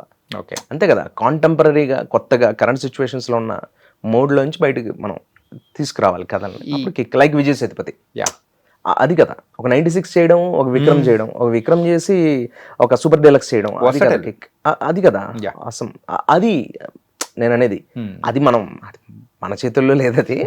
బట్ కనీసం సెలక్షన్ కనీసం నీ చేతిలో సక్సెస్ ఉన్నప్పుడైనా నువ్వు సెలక్షన్ చేసుకోవచ్చు కదా. మరి నేను తమిళ్ చేసేసి కన్నడ చేసేసి, కన్నడలో గోల్డెన్ స్టార్ గణేష్తో పనిచేసేసి అక్కడ ఆడి అక్కడ వేరే సినిమాలు అదే అంటున్నాను గుండెజారు ఆ రకంగా. బట్ ఏది ప్లస్ అదే మైనస్ అవుతుంది ఒక్కోసారి. ఇప్పుడు నేను చేసినట్టు చేయలేరు అనే స్టేట్మెంట్లను ఎప్పుడు ఎవరికి ఇవ్వను. నాదొక పావుల వాట ఆ కథలో గుండెజారులో. ప్రతిదీ గుండెజారు అవదు నేను వచ్చేసినంత మాత్రాన. ఓకే, రజనీకాంత్ గారు అంత గొప్ప యాక్టర్, ప్రతిదీ ఆడేయాలి కదా. లైక్ చంద్రముఖి నరసింహ లాగా, బాబా భాష లాగా, భాష అలాగా ఆడేయాలి కదా. అరుణాచలం నరసింహ లాగా లైన్లో ఉన్నాయిగా. కాల, కబాలి, పేట, దర్బార్, అన్నతే. ఎందుకు ఇలా లైన్లో ఫ్లాప్స్ వచ్చాయి? అసలు వాళ్ళ కాలిగుడికి కూడా పనికిరాం మనం. ఎందుకు వచ్చాయి? వాళ్ళకే తప్పలేదంటే మొనాటిని ఏదో కొత్తది కోరుకుంటున్నారు. నేను నుంచి స్టైల్ ఎక్స్పెక్ట్ చేస్తున్నారు. అప్పుడు వచ్చింది జైలర్. పడాల్సిందే, వాళ్ళకి కావాల్సింది అది. మనకు తెలియదు ఆ టైంలో. ఎంతో మంది గొప్ప లెజెండరీ డైరెక్టర్స్ ఇప్పుడు ఎందుకు హిట్స్ ఇవ్వలేకపోతున్నారు? కొంతమంది మిడ్లో ఉన్న డైరెక్టర్స్ కూడా ఉన్నారు, నేను పేర్లు చెప్పను కానీ ట్రెమెండస్ డైరెక్టర్స్. మనకు శంకర్ గారిని ఎగ్జాంపుల్ చెప్పుకుందాం. ఆయన అయితే ఆఫ్ కోర్స్ చెప్పచ్చు, పర్వాలేదు. ఎందుకు హిట్ రావట్లేదంటే ఎక్కడో ఆడియన్ మైండ్ సెట్ని వాళ్ళు ఆ హుక్ చేసిన పాయింట్ ఎక్కడో మిస్ మ్యాచ్ అయింది. ఆ రైటర్స్ వాళ్ళ తాలూకా బలాలు, ఆ కథ ఎక్కడో వాళ్ళని ఎంటర్టైన్ చేయడానికి చాలా ఓవర్ ఎక్స్పెక్టేషన్స్లో ఉంటాం శంకర్ సినిమా అంటే. ఆయన అక్కడ లేడు ఇప్పుడు, అది సమస్య. సో ఆ జనరేషన్ చేంజ్ అనేది కూడా అక్కడ మిస్సింగ్. జనరేషన్ చేంజ్ అయిపోయినంత పెద్దవాళ్ళు కూడా అవ్వలేదు వాళ్ళు, అది నా బాధ. నాకు ఇళయరాజా గారు ఇచ్చిన తృప్తి ఏఆర్ రెహమాన్ గారు ఇస్తుండగా హాఫ్ ఫిల్మ్ మాయమైపోయాడు ఆయన. అనిరుద్ధ్ వచ్చాడు. ఓకే, ఏఆర్ రెహమాన్ వాడని ఏఆర్ రెహమాన్, ఏం రోజా, ఏం బాంబే మనం చూసిన కథలు ఇప్పుడు ఎందుకు రావట్లే ఏఆర్ రెహమాన్ గారికి? ఉన్నాయి ఏవో అరాకొర, బట్ కానీ ప్రేమికుడు, జెంటిల్మెన్, మనం ఒక ఫ్లో, ఒక చూసాం కదా దిల్జిత్ సింగ్, లైక్ రంగదే బసంతి, అది కదా. మనం జై హో అని అనుకున్నా కూడా స్లమ్ డాగ్ మిలియనర్ లాగా ఆ కిక్ ఎక్కడో మిస్ అవుతుంది. అది కదా, లైన్లో పడట్లే కదా, పట్ట ఉన్నాయి కదా. ఇప్పుడు దేవశ్రీ ప్రసాద్ గారికి, అనిరుద్ధ్ గారికి కూడా పడుతుంది. ఏఆర్ రెహమాన్ గారు ఏంటి సార్ మీరు అని అరవాలనిపిస్తుంది కదా. అట్లా రెహమాన్ అనేది మనకు ఒక స్కై కదా అతను. మన జీవితంలో ఇళయరాజా ఉంటే ఆ మోడ్, ఆ వైబ్ ఉండాలి. ఆ వైబ్ ఎక్కడో మిస్ అవుతుంది. ఇంత పెద్దవాళ్ళు ఎందుకు చెప్పానంటే ఆఫ్టర్ ఆల్ నేను అంత అని చెప్పడం కోసం. గుండె జారి అనేది మనం చేస్తే ఆడింది కాదు, అదో గొప్ప కదా. అందులో మనం రావాల్సిన టైంలో వచ్చాం. ప్రతిసారి చేస్తే విజిలేసి ఆడియన్ కూడా ఇరిటేషన్ వస్తుంది, ఎప్పుడు ఇదే చేస్తున్నాడు అని. కొత్తగా ఏదైనా చేయాలి. మనం సైలెంట్గా ఉన్నాం, మన ఇంటికి వచ్చి తలుపు కొట్టి ఏంటి మీరు ఏం సినిమాలు చేయట్లేదని అడిగేవాడు ఎవ్వలేడు ఇప్పుడు. చేసుకుంటున్నాడు కదా. మరి అలాంటప్పుడు మనం చేసే కథ కరెక్ట్గా చేసాం అనుకోండి, వచ్చి తలుపు కొట్టి ఫోటో అడుగుతారు. సెకండ్ వన్ వచ్చి మీకు ఇండస్ట్రీలో రెండు కళ్ళ లాంటి వాళ్ళలో ఒకరు చిరంజీవి గారు, ఇంకొకరు రజనీకాంత్ గారు. ఓకే, రజనీకాంత్ గారిని ఎప్పుడైనా మీట్? అదేదో నేను ఉదాహరణకి పిచ్చి కదా bro. Very very passionate. Rajinikanth గారిని ఎప్పుడైనా మీటారా? ఇద్దరిని మీటాను. ఎప్పుడు? చిరంజీవి గారితో మీకు తెలుసు, చిరంజీవి గారితో తెలుసు, రజనీకాంత్ గారు చాలా సార్లు. బట్ అదే మూలం మేజర్ గా కౌన్ బనేకర్ గారు అదొక కదా. రజనీకాంత్ గారిది నేను అన్నతే షూట్ లో కలిసాను రామోజీ ఫిల్మ్ సిటీలో. ఒక డైరెక్టర్ గారు, ప్రదీప్ గారు అనే డైరెక్టర్ గారు, వాళ్ళ ఫ్యామిలీ మెంబర్స్, అలాగే ఒక యాడ్ ఫిల్మ్ మేకర్ సుధాకర్ గారు. నేనంటే వాళ్ళకి చాలా ఇష్టం ఆ గెస్ట్ హౌస్ బ్యాచ్కి. వాళ్ళు నా మీద ఉన్న ఇష్టంతో వాళ్ళు వెళ్తున్నప్పుడు రవి గారు ఇలా వెళ్దాం ఇలా అని చెప్పానంటే నేను వెంటనే రెడీ అయ్యాను. ఒక ప్రాజెక్ట్ ఉంటే కూడా వదులుకున్నప్పుడు వెళ్ళిపోయాను. ఫస్ట్ టైం అంటే సినిమా వదిలేయడం కాదు, బట్ నా ప్రాజెక్ట్ ముందే చెప్పిన. నా లైఫ్లో అసలు నేను రజనీకాంత్ గారిని చూడలేదు అంతవరకు చూడలేదు. అంటే చూడాలని ప్రయత్నం కూడా నేనేమి ఎప్పుడు కూడా, మనకి ఎక్కువ ఎవరైతే ఇష్టం ఉంటారో వాళ్ళకి దూరంగా ఉంటేనే మంచిది. రావాల్సిన టైం వస్తే వస్తుంది. ఎందుకంటే అది వాళ్ళకు కూడా నేను ఎప్పుడు కూడా ఎగ్జాంపుల్ చిరంజీవి గారితో తీసుకుంటే, మన దగ్గర ఉన్న దేవుడు వేరే కూడా చాలా ఛాన్సెస్ వచ్చినా నేను ఎప్పుడు నా పక్క నుంచి ఆయన వెళ్ళిపోతున్నా, ఇలా టపక్కన అలా వెళ్ళిపోతుంటే, ఒక ప్రేమించిన అమ్మాయి గురించి అలా హార్ట్ అలా ఒక బబుల్ అవుతుంటుంది కదా, అట్లాంటి బీట్ వచ్చినా కూడా చిరంజీవి గారు అలా వెళ్ళిపోతుంటే నేను దగ్గరికి. ఎందుకంటే అవునమ్మా అని నా వల్ల కాదు అది నేను తీసుకెళ్ళాను. కాసేపు నాతో నిలబడి మాట్లాడాలి, లేకపోతే చచ్చిపోతాను నేను. అలాంటిది లోపల ఉంది నాకు. నేను ఫ్రెండ్స్ అందరూ చిరంజీవి గారు అలా వెళ్తుంటే నా వంక చూస్తారు, నా బ్యాచ్ అంతా, నా ఫ్రెండ్స్ కానీ గర్ల్స్ కానీ బ్యాచ్, మా బ్యాచ్ అంతా, మా సిఏ బ్యాచ్ కానీ, లేకపోతే కాలేజెస్లో కానీ, ఇప్పుడు ఇక్కడున్న డైరెక్షన్ డిపార్ట్మెంట్లో కానీ. ఇప్పటికీ గుర్తు రవిరాజ బెన్సెట్ గారి అబ్బాయి మ్యారేజ్ అప్పుడెప్పుడో వచ్చిన కొత్త ఆది గారి బ్రదర్ అనుకుంటా మ్యారేజ్. చిరంజీవి గారు వచ్చారు. మొత్తం పెళ్లిలో ఉన్న వాళ్ళందరూ నన్ను చూస్తున్నారు, ఈడు వెళ్ళిపోతాడు, మీద పడిపోతాడు, కలుస్తాడు అన్నట్టుగా. నేను అలా ఇలా ఇలా ఇలా అని ఉంది అలా. ఎందుకంటే అప్పుడు మరీ టూ మచ్ బ్రో. అప్పటికి మొబైల్స్ లేవు. నేను మాట్లాడేది అరౌండ్ 2006-07 అలా ఆ టైంలో. అప్పుడే మ్యారేజ్ అది ఏదో సమ్. ఓకే, అలా దగ్గరికి వెళ్ళను. ఎప్పుడు వెళ్తానంటే వీడు నా ఫ్యానా, మీ అమ్మాయి రే అనుకోవాలి వాళ్ళు. అలాంటప్పుడు వెళ్ళాలని, అలా చేయాలనే నేను కౌన్ బనే కరోడ్పతి. ఓకే, ఫస్ట్ నుంచి నేను రాసుకున్న నా స్క్రిప్ట్ 5 Faces ఆఫ్ మెగాస్టార్, పునాదరాలు, ప్రాణం గారు, జగదేవుడు వస్తారు, ఇవన్నీ ఆపద్ బాంధవుడు. లాస్ట్ లో ఆయన ట్రైలర్ అప్పుడే రిలీజ్ అయిన సినిమా 150 కంప్లీట్ అయింది. నెక్స్ట్ సినిమాకి వెళ్తున్నారు అన్నయ్య. ఆ ట్రైలర్ నేను సినిమా కూడా రిలీజ్ అవ్వలేదు అనుకుంటాం, ట్రైలర్ రిలీజ్ అయింది. ఆ హైప్ లో ఉన్నాం అంతా. అన్నయ్య రీఎంట్రీ ఆ బాస్ ఇస్ బ్యాక్ టైంలో ఆ ట్రైలర్తో సహా పర్ఫామ్ చేసి నేను సింగిల్ టేక్లో ఆయన ముందు 12 minutes ఒక ఫుటేజ్ మనం తీస్తే ఏదైతే షూట్ చేశారో అది. ఎందుకంటే ఆయన పెట్టుకుని నేను 1 more టేక్ చేయాలి. ఇద్దరమే, చిరంజీవి గారు ఎదురుగా, నేను అంతే, ఇద్దరం ఎదురుగా ఉన్నాం. నేనేం పెర్ఫామ్ చేశాను అదే షూట్లో ఉంది. ఎడిటర్కి ఎడిట్ చేసే పని లేదు. అసలు నెక్స్ట్ లెవెల్లోనే. అంటే నేను చచ్చిపోవాలి కానీ చిరంజీవి గారు నిద్రపోకూడదు అని డిసైడ్ అయిన రోజు అది. అంటే నా ఉద్దేశం అదేదో పొగరుతోటో గర్వంతో చెప్పడం కాదు, ప్రాణంగా ప్రేమించాం కదా ఆయన. కాసేపు స్టే అంటే చేసాడులే అని అనుకోకూడదు. ఏంటి రాయుడు, ఎవడు రాయుడు అనుకోవాలనే ఉద్దేశం అంతే. అది నేను అచీవ్ చేశాను. గోల్డెన్ మూమెంట్ కదా. ఆయన ఇంటికి పిలిచి మాట్లాడితే ఫ్యామిలీతో, అమ్మ నాన్నగారు అందరూ, ఫ్యామిలీ, మదర్ ఫాదర్.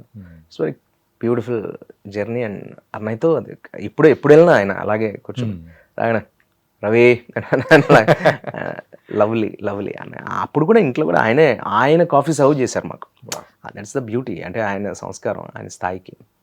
అలా రజనీకాంత్ గారితో కిక్ ఏంటంటే అన్నతే షూట్.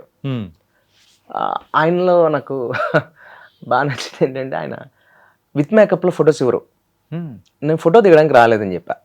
ఓకే, నేను అంటే రాలేదని చెప్పడం అంటే వాళ్ళ టీంతో సరే ఫోటో కొంచెం టైం పడుతుంది అది. అంటే మరి తమిళ వాళ్ళకి నేను కొత్త కదా, పైకి రజనీకాంత్ గారి దగ్గర మనం ఎవరు మెచ్చగలరు, అసలు కౌంటే కాదుగా. ఆయన నాకు గెంటేస్తే ఇష్టపడతా నేను నాకు ఆయన విషయంలో. ఎందుకంటే నాకు అది లేదు కదా. ఇప్పుడు నాకు ఏదో రెడ్ కార్పెట్ లాగా, సరే ఇతను పాపులర్ యాక్టర్ అండి తెలుగులో సో అని చెప్తే ఆయన ఓ యా కమన్ అని చెప్పని ఏదో మాట్లాడవు, మీరు నా ఫ్యాన్ ఏదో సమ్మెక్స్ ఏదో ఇలా అయిపోతుంది.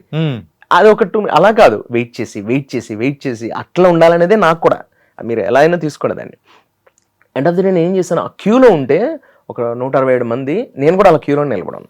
అందరూ 1 by 1 ఫోటో. నా టైం వచ్చింది, నేను ఫోటోకి అలా వెళ్తుంటే కరెక్ట్గా అలా దగ్గరికి వెళ్ళగానే లోపల ఒక స్టిల్ ఫోటోగ్రాఫర్ ఉన్నాడు. ఆయన వితౌట్ మేకప్, నేను చెప్తాను ప్యాకప్ అయ్యాక అప్పుడే ఇస్తారని చెప్పాను కదా ఫొటోస్. ఆయన గొప్పతనం చూడండి. క్యారవాన్లో ఒకరు ఉన్నారు, front door back door, 167 members around క్యూలో ఉన్నారు. వాళ్ళందరికీ ఫోటోస్ ఇచ్చి వెళ్తారు ఆయన. అలా 200 మంది ఉన్నా కూడా వాళ్ళందరిగా ఫోటో ఇచ్చి వెళ్తారు. ఇది రజనీకాంత్ గారి లైఫ్ స్టైల్. ఆయన షూట్లో ఉన్నప్పుడు ప్రతి ఒక్కరిని కలిసి ప్యాకప్ అయ్యి వెళ్తారు.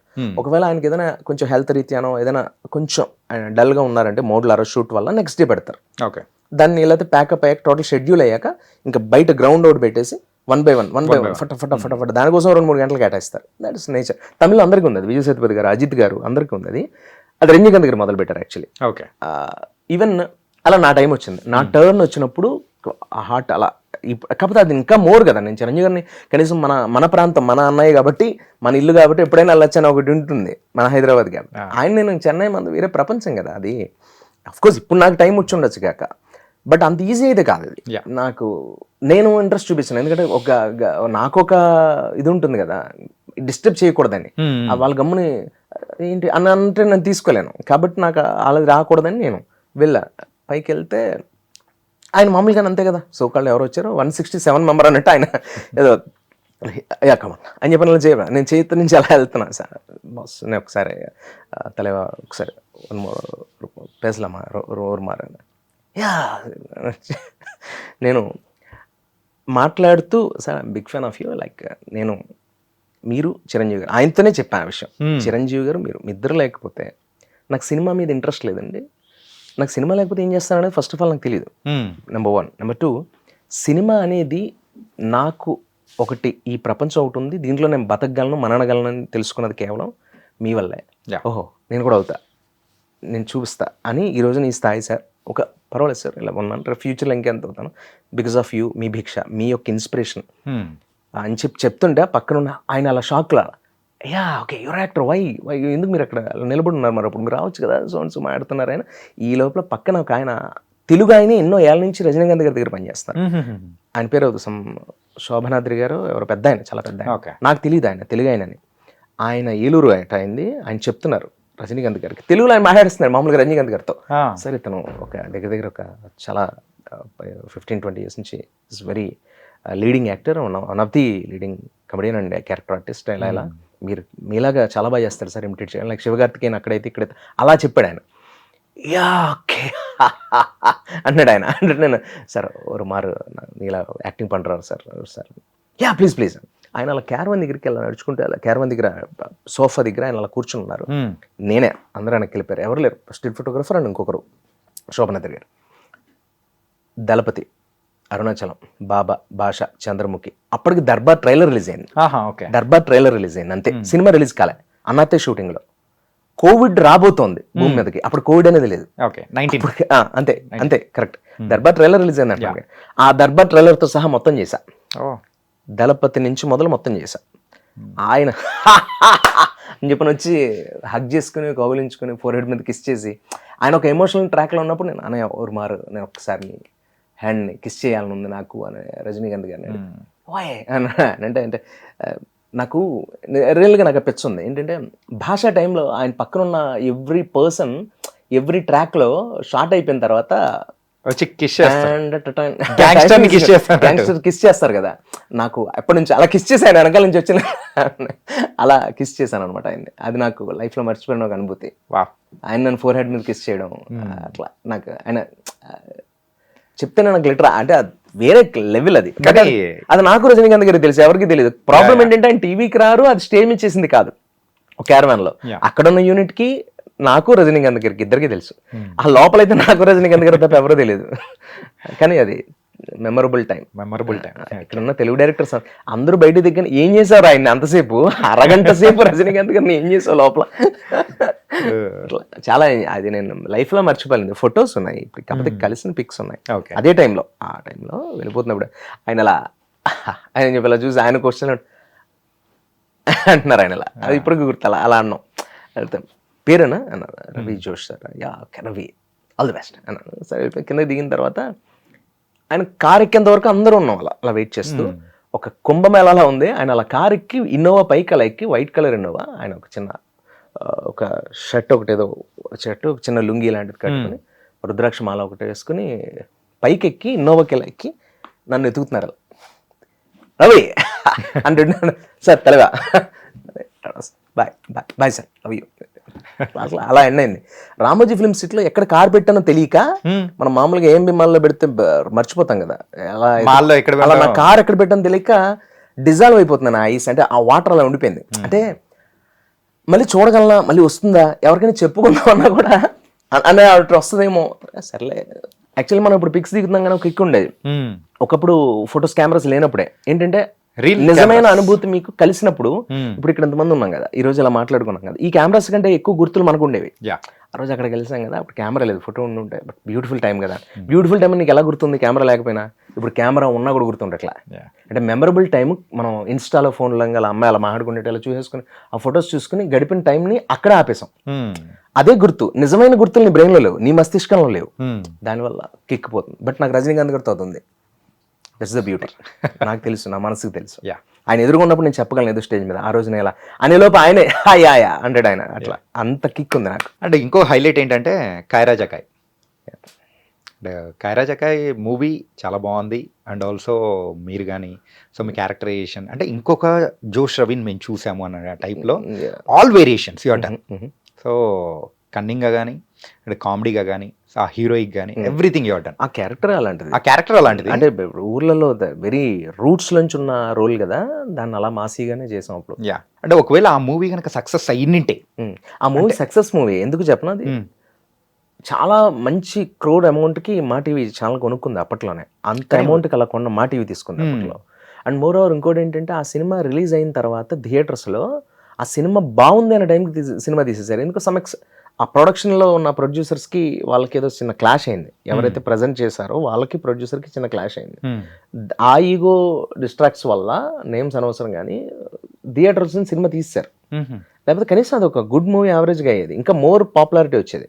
ఒకవేళ మీరు అనుకున్న ఎక్స్పెక్టేషన్స్ ఒకవేళ రీచ్ అయింది అంటే సో అంటే మీ లైఫ్లో ఆ గ్రాఫ్ అనేది కూడా సంథింగ్ డిఫరెంట్ ఉండేది చెప్పను సార్. అసలు ఒకటి చెప్పనండి చాణక్య గారు, నిజమైన సక్సెస్ అనేది, నిజమైన టాలెంట్ అనేది సినిమా బాగుంటే ఎవడు ఆపలేడు. ఒక ప్రొడ్యూసర్ థియేటర్లో సినిమా ఆడుతుంటే ఆడికి డబ్బు వస్తుంది కదా, ఆడికి మీ మీద కోపం ఉన్న సినిమాని ఎందుకు చంపుకుంటాడు? అంతేగా, అది మూర్ఖత్వం అంటారు దాన్ని కొంతమంది అలా చేసుకుంటే. దానివల్ల నాకు పోయేదే ఉండదు. ఎందుకంటే నేను ఇక్కడ అమ్ముడిపోతే తమిళనాడులో అమ్ముడిపోతా, లేకపోతే కర్ణాటకలో అమ్ముడిపోతా. నేను నటుడిని, నాకు వెళ్ళలేవు, నాకు భాషతో సంబంధం లేదు. అసలు నాకు భాషతో సంబంధం, యాక్టింగ్కి లాంగ్వేజ్ ఏంటి అసలు? I don't care about that. Okay, నేను బాలీవుడ్కి వెళ్తాను, ఎక్కడ కాకపోతే ఇంకో చోటు చేసుకుంటాను. ఇప్పుడు అలా చెప్తే సందీప్ రంగ గారు చెప్పినట్టు ఉంటుంది. అట్లా కాదు, ఎక్కడో ఒకటి ఏదో అసలు ఏది వద్దండి. ఇలాంటి ఐడ్రీమ్ ల్యాండ్ ఇంకో ఛానల్ ఏదో ఒక యాక్టింగ్, నాకు కెమెరా ముందు ఉండడం ఇష్టం. నేను ఫోన్ వెనకాల కెమెరాలో ఉన్నానా, ఇలాంటి చిన్న కెమెరాలో ఉన్నానా, యారీలో ఉన్నానా, రెడ్లో ఉన్నాను అనేది నేను చూడను. కెమెరా ముందు ఉన్నామా లేదా అనేది ఇంపార్టెంట్. అంతే, అది తృప్తినిస్తుంది. సక్సెస్ ఎవరితో, నాకు ఒకటి బాగా గుర్తు ఇప్పటికే. మేము క్రికెట్ ఆడుతున్నప్పుడు, ఒకప్పుడు మ్యాచ్ ఆడుతున్నప్పుడు ఒక రైతు పడుకున్నాడు కింద, బాల్ అలా పడిపోయింది. అప్పుడు స్టెంపర్ బాల్స్, మనం ఒక పిన్ పెట్టి కొడితే 6 వెళ్ళిన తర్వాత అక్కడికి వెళ్ళి బౌండరీ దగ్గర బాల్ తీసుకురావడానికి వెళ్తున్నప్పుడు అక్కడ అమితాబ్ బచ్చన్ గారి పోస్టర్ ఉంది. అక్కడ ఆయన ఏదో చుట్టదా ఎవడరా అని అట్లా మాట్లాడాడు. అతనికి తెలియదు. అతనికి 6 ఎకరాలు ఉంది, మడత మంచం మీద అలా పడుకుని ఒక మరచెం పెట్టుకుని వాడు చుట్టూ తాగుతాడు ఎవరు అన్నట్టు మాట్లాడితే ఫీజులు ఎగిరిపోయాయి నాకు. బేసికల్గా అప్పటికి నేను బేసికల్గా నా అమితాబ్ గారు సినిమా వాళ్ళని కానీ సినిమాని కానీ మనకి ఫేవర్ వచ్చేస్తుంటుంది. ఒక టైప్లో మన రక్షకుల నాగార్జున గారి కింద నుంచి పొంగిపోతుంటుంది నాకు. అంటే అనివార్య కారణం, రీజన్ లేకుండా ఆయన ఎవరో బాల్లో పడేసి ఇదే అంటే ఇది గొడవ కదా, అతను అన్నదానికి నేను మాట్లాడా. అప్పుడు అది ఆయన ఎవరో తెలియదా మీకు అన్నాడు. ఆవిడేంటి గ్రేట్ అమితాబ్ బచ్చన్ గారు, ఆయన లెజెండరీ, ఇలా భారతదేశంలో మనం చెప్పుకునే మహానటుడు ఆయన, అది గర్వం. ఇదేంటి నాకేంటి ఇప్పుడు, నాకేం అవసరం, ఇక్కడ అంటించారండి, నా చెట్టు దగ్గర అంటించారండి, ఒక కొబ్బరి చెట్టు కూడా అంటించేస్తాను ఊళ్ళలో, ఇలా అంటించేస్తే ఇలా చింపేమని అని చెప్తుండే, నేను చింపితే ఊరుకోనట్టు నేను దాన్ని. అతని తృప్తి ఏంటంటే ఓ అవునా అని చెప్పి తర్వాత వీళ్ళు మామూలుగా మాట్లాడుతూ సరే పోస్టర్ చంపకపోవడం కూడా డిస్కషన్ కాదు ఇక్కడ. ఆయనకి గౌరవం లేక కాదు, ఇతనికి తెలియదు అంతే. కానీ వాడు తృప్తిగా ఉన్నాడుగా. సినిమా వాళ్ళే సుఖంగా ఉన్నారని సినిమా వాళ్ళు, పోలీస్ డిపార్ట్మెంటే సుఖంగా ఉన్నారు, డబ్బున్న వాడే సుఖంగా ఉన్నాడని అనిల్ అమ్మని అనుకుంటాం. కానీ నిజమైన సుఖం ఎక్కడ ఉందంటే, నాకు మొన్న చాలా బాగా నచ్చిన వర్డ్ వర్మ గారు చెప్పింది. అది మనకు తెలుసు, బట్ అది మన మాట రూపంలో చెప్పలేం, మనం పాటించం కూడా. అదేంటంటే, ఒక 10,000 కోట్లు ఉన్నా, 10 కోట్లు ఉన్నా, లేకపోతే ₹1 ఉన్నా, నువ్వు ఎంతకాలం బతుకుతావు అంతే తింటావు, కానీ 10,000 కోట్లు తినేలేవు కదా. నీకున్న 100 years లైఫ్లోనే నువ్వు ఎంతకాలం బతుకుతావో తెలియదు. అసలు 60 దాటి వెళ్ళాం మనం, అది కట్ అండ్ రైట్గా చెప్పచ్చు. ఈ 60లో నీ దగ్గర నేను క్రోర్స్ ఆఫ్ మనీలో ఎంత తింటావు నువ్వు, మనకి ఎంత ప్రాప్తం ఉందో అంతే కదా. వాడి ఉద్దేశం ఏంటంటే రైతుది, వాడు తృప్తిగా బతుకుతున్నాడు వాడు. వాడి దృష్టిలో అమితాబ్ బచ్చన్ కూడా వాడికి కౌంట్ కాదు. నరేంద్ర మోడీ గారు నడిపిస్తున్నారన్న విషయం వాడికి తెలియదు ప్రపంచాన్ని. వాడు 6 ఎకరాలు వాడు అలాగా అలా ఉన్నాడు అతను. నాకేమనిపించిందంటే, అందులో మనం తీసుకోవాల్సిన పాజిటివ్ వైబ్, ఈ టాపిక్ అంతా పెద్దవాళ్ళు తెలియదు అది గురించి కాదు. అతను చదువుకోలేదు, తెలియదు, అతను సినిమా చూడాల్సిన అవసరం అతనికి లేదు. సినిమా చూసేవాడికి మిగిలిన ప్రపంచం చిన్నగా అనిపిస్తుంది. ఈ భూమి మీద 3 గొప్పవని ఫీల్ అవుతారు అందరూ. ఏంటి? Number 1 sports, number 2 cinema, number 3 politics. Politics, cinema, sports, వీటి మీద కదా మనం రన్ అయ్యేది, ఇంతకుమించి కాదు. బార్డర్లో పనిచేసే సైనికుడి గురించి కూడా మనకు అనవసరం. మ్యాచ్ వచ్చిందంటే అది చూస్తాం, అంతే కదా. అలానే ఉంటారు. అది మన బ్లడ్ లో ఉంది, అది కొత్తగా అది మారేదే, అది ఎవరిలో నుంచి వచ్చింది కాదు. అది అంత అలవాటు పడ్డాం ఈ 3 రంగాలకి మనం. ఇంట్రెస్టింగ్ ఎలిమెంట్స్ అంటారు అట్లా. మార్నింగ్ లేస్తే ఇన్స్టెంట్ కదపడం, ఏదో ఒక వైరల్ టాపిక్ రావడం. మనిషి ఎంత సాడిస్ట్ అంటే, టీవీ నేను పెట్టుకున్నా, లేకపోతే వేరే ఎగ్జాంపుల్ చెప్తాను, టీవీ నేను కాదు, ఏదైనా ఒక న్యూస్ ఛానల్ పెట్టుకుని సమస్య వస్తే ప్రపంచం ఎంత పాడైపోయిందా అని చెప్పి దాన్ని చూస్తుంటాడు వాడు. ఆ రేప్ని, ఆ దొంగతనాల్ని, ఆ మర్డర్ని, ఆ చైన్ స్నాచింగ్స్ని, ఆ చంటి పిల్లని ఎక్కడో కుప్పలు పడేసింది, దాన్ని చూస్తుంటాడు వాడు. ఛానల్ మార్చడు వాడు. రీజన్ ఏంటో తెలుసా? ప్రపంచంలోని దారుణాలను, దౌర్భాగ్యాలు లేవు. 10 ఉంటాయి, ఆ 10ని ఛానల్స్ వెతికి చూపిస్తాయి. అద్భుతాలు ఉంటాయి, వాటిని ఎవరు చూపించరు, ఎందుకంటే రేటింగ్ రాదు కాబట్టి. లైక్ డ్రంక్ అండ్ డ్రైవ్లో ఉంటుంది జీవితం. అనిల్ అంబానీ కొడుకు దొరికినా కూడా ప్రయోజనం లేదు. జబర్దస్త్ ఆర్టిస్ట్ దొరికితే దాని గురించి టీఆర్పీ రేటింగ్, ఎందుకంటే వాడికి ఎక్కువ టీఆర్పీ రేటింగ్ వస్తుంది. నటుడికి కోట్లు సంపాదించిన వాడికి డిఫరెన్స్ అది. That's what I am saying. ఇదే కిక్ ఇక్కడ. మీ దగ్గర నుంచి మేమేమైనా డైరెక్షన్ గానే ఎక్స్పెక్ట్ చేయొచ్చా?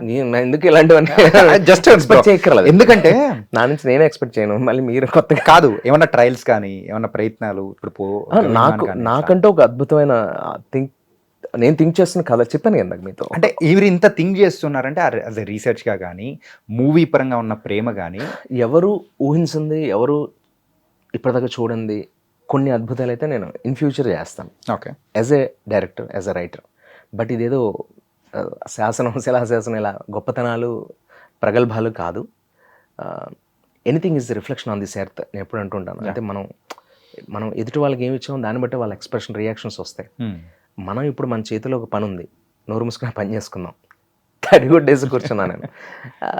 నన్ను నమ్మిన వాళ్ళు, నా కోసం డబ్బు పెట్టే వాళ్ళు కొంతమంది రెడీ అయిన రోజులు రాబోతున్నాయి. వాళ్ళు వెయిటింగ్లో కూడా ఉన్నారు. కాకపోతే నేను అనుకున్న కథగా బడ్జెట్స్కి సింక్ అవ్వట్లేదు. అలా అయిన రోజు నేను ప్రొడ్యూసర్కి డబ్బు మిగిల్చే పనులు చేయాలనేది నా విశ్వాసం అండి. అలాంటి నమ్మకం నాకు వచ్చిన రోజే దిగుతాను. మీతో ఇందాక అన్నాను అప్పుడు కానీ నేను పెవిలియన్లో అడుగు పెట్టలేదు. అంటే శివశ్లోకాలు ఎంతవరకు వచ్చాయి?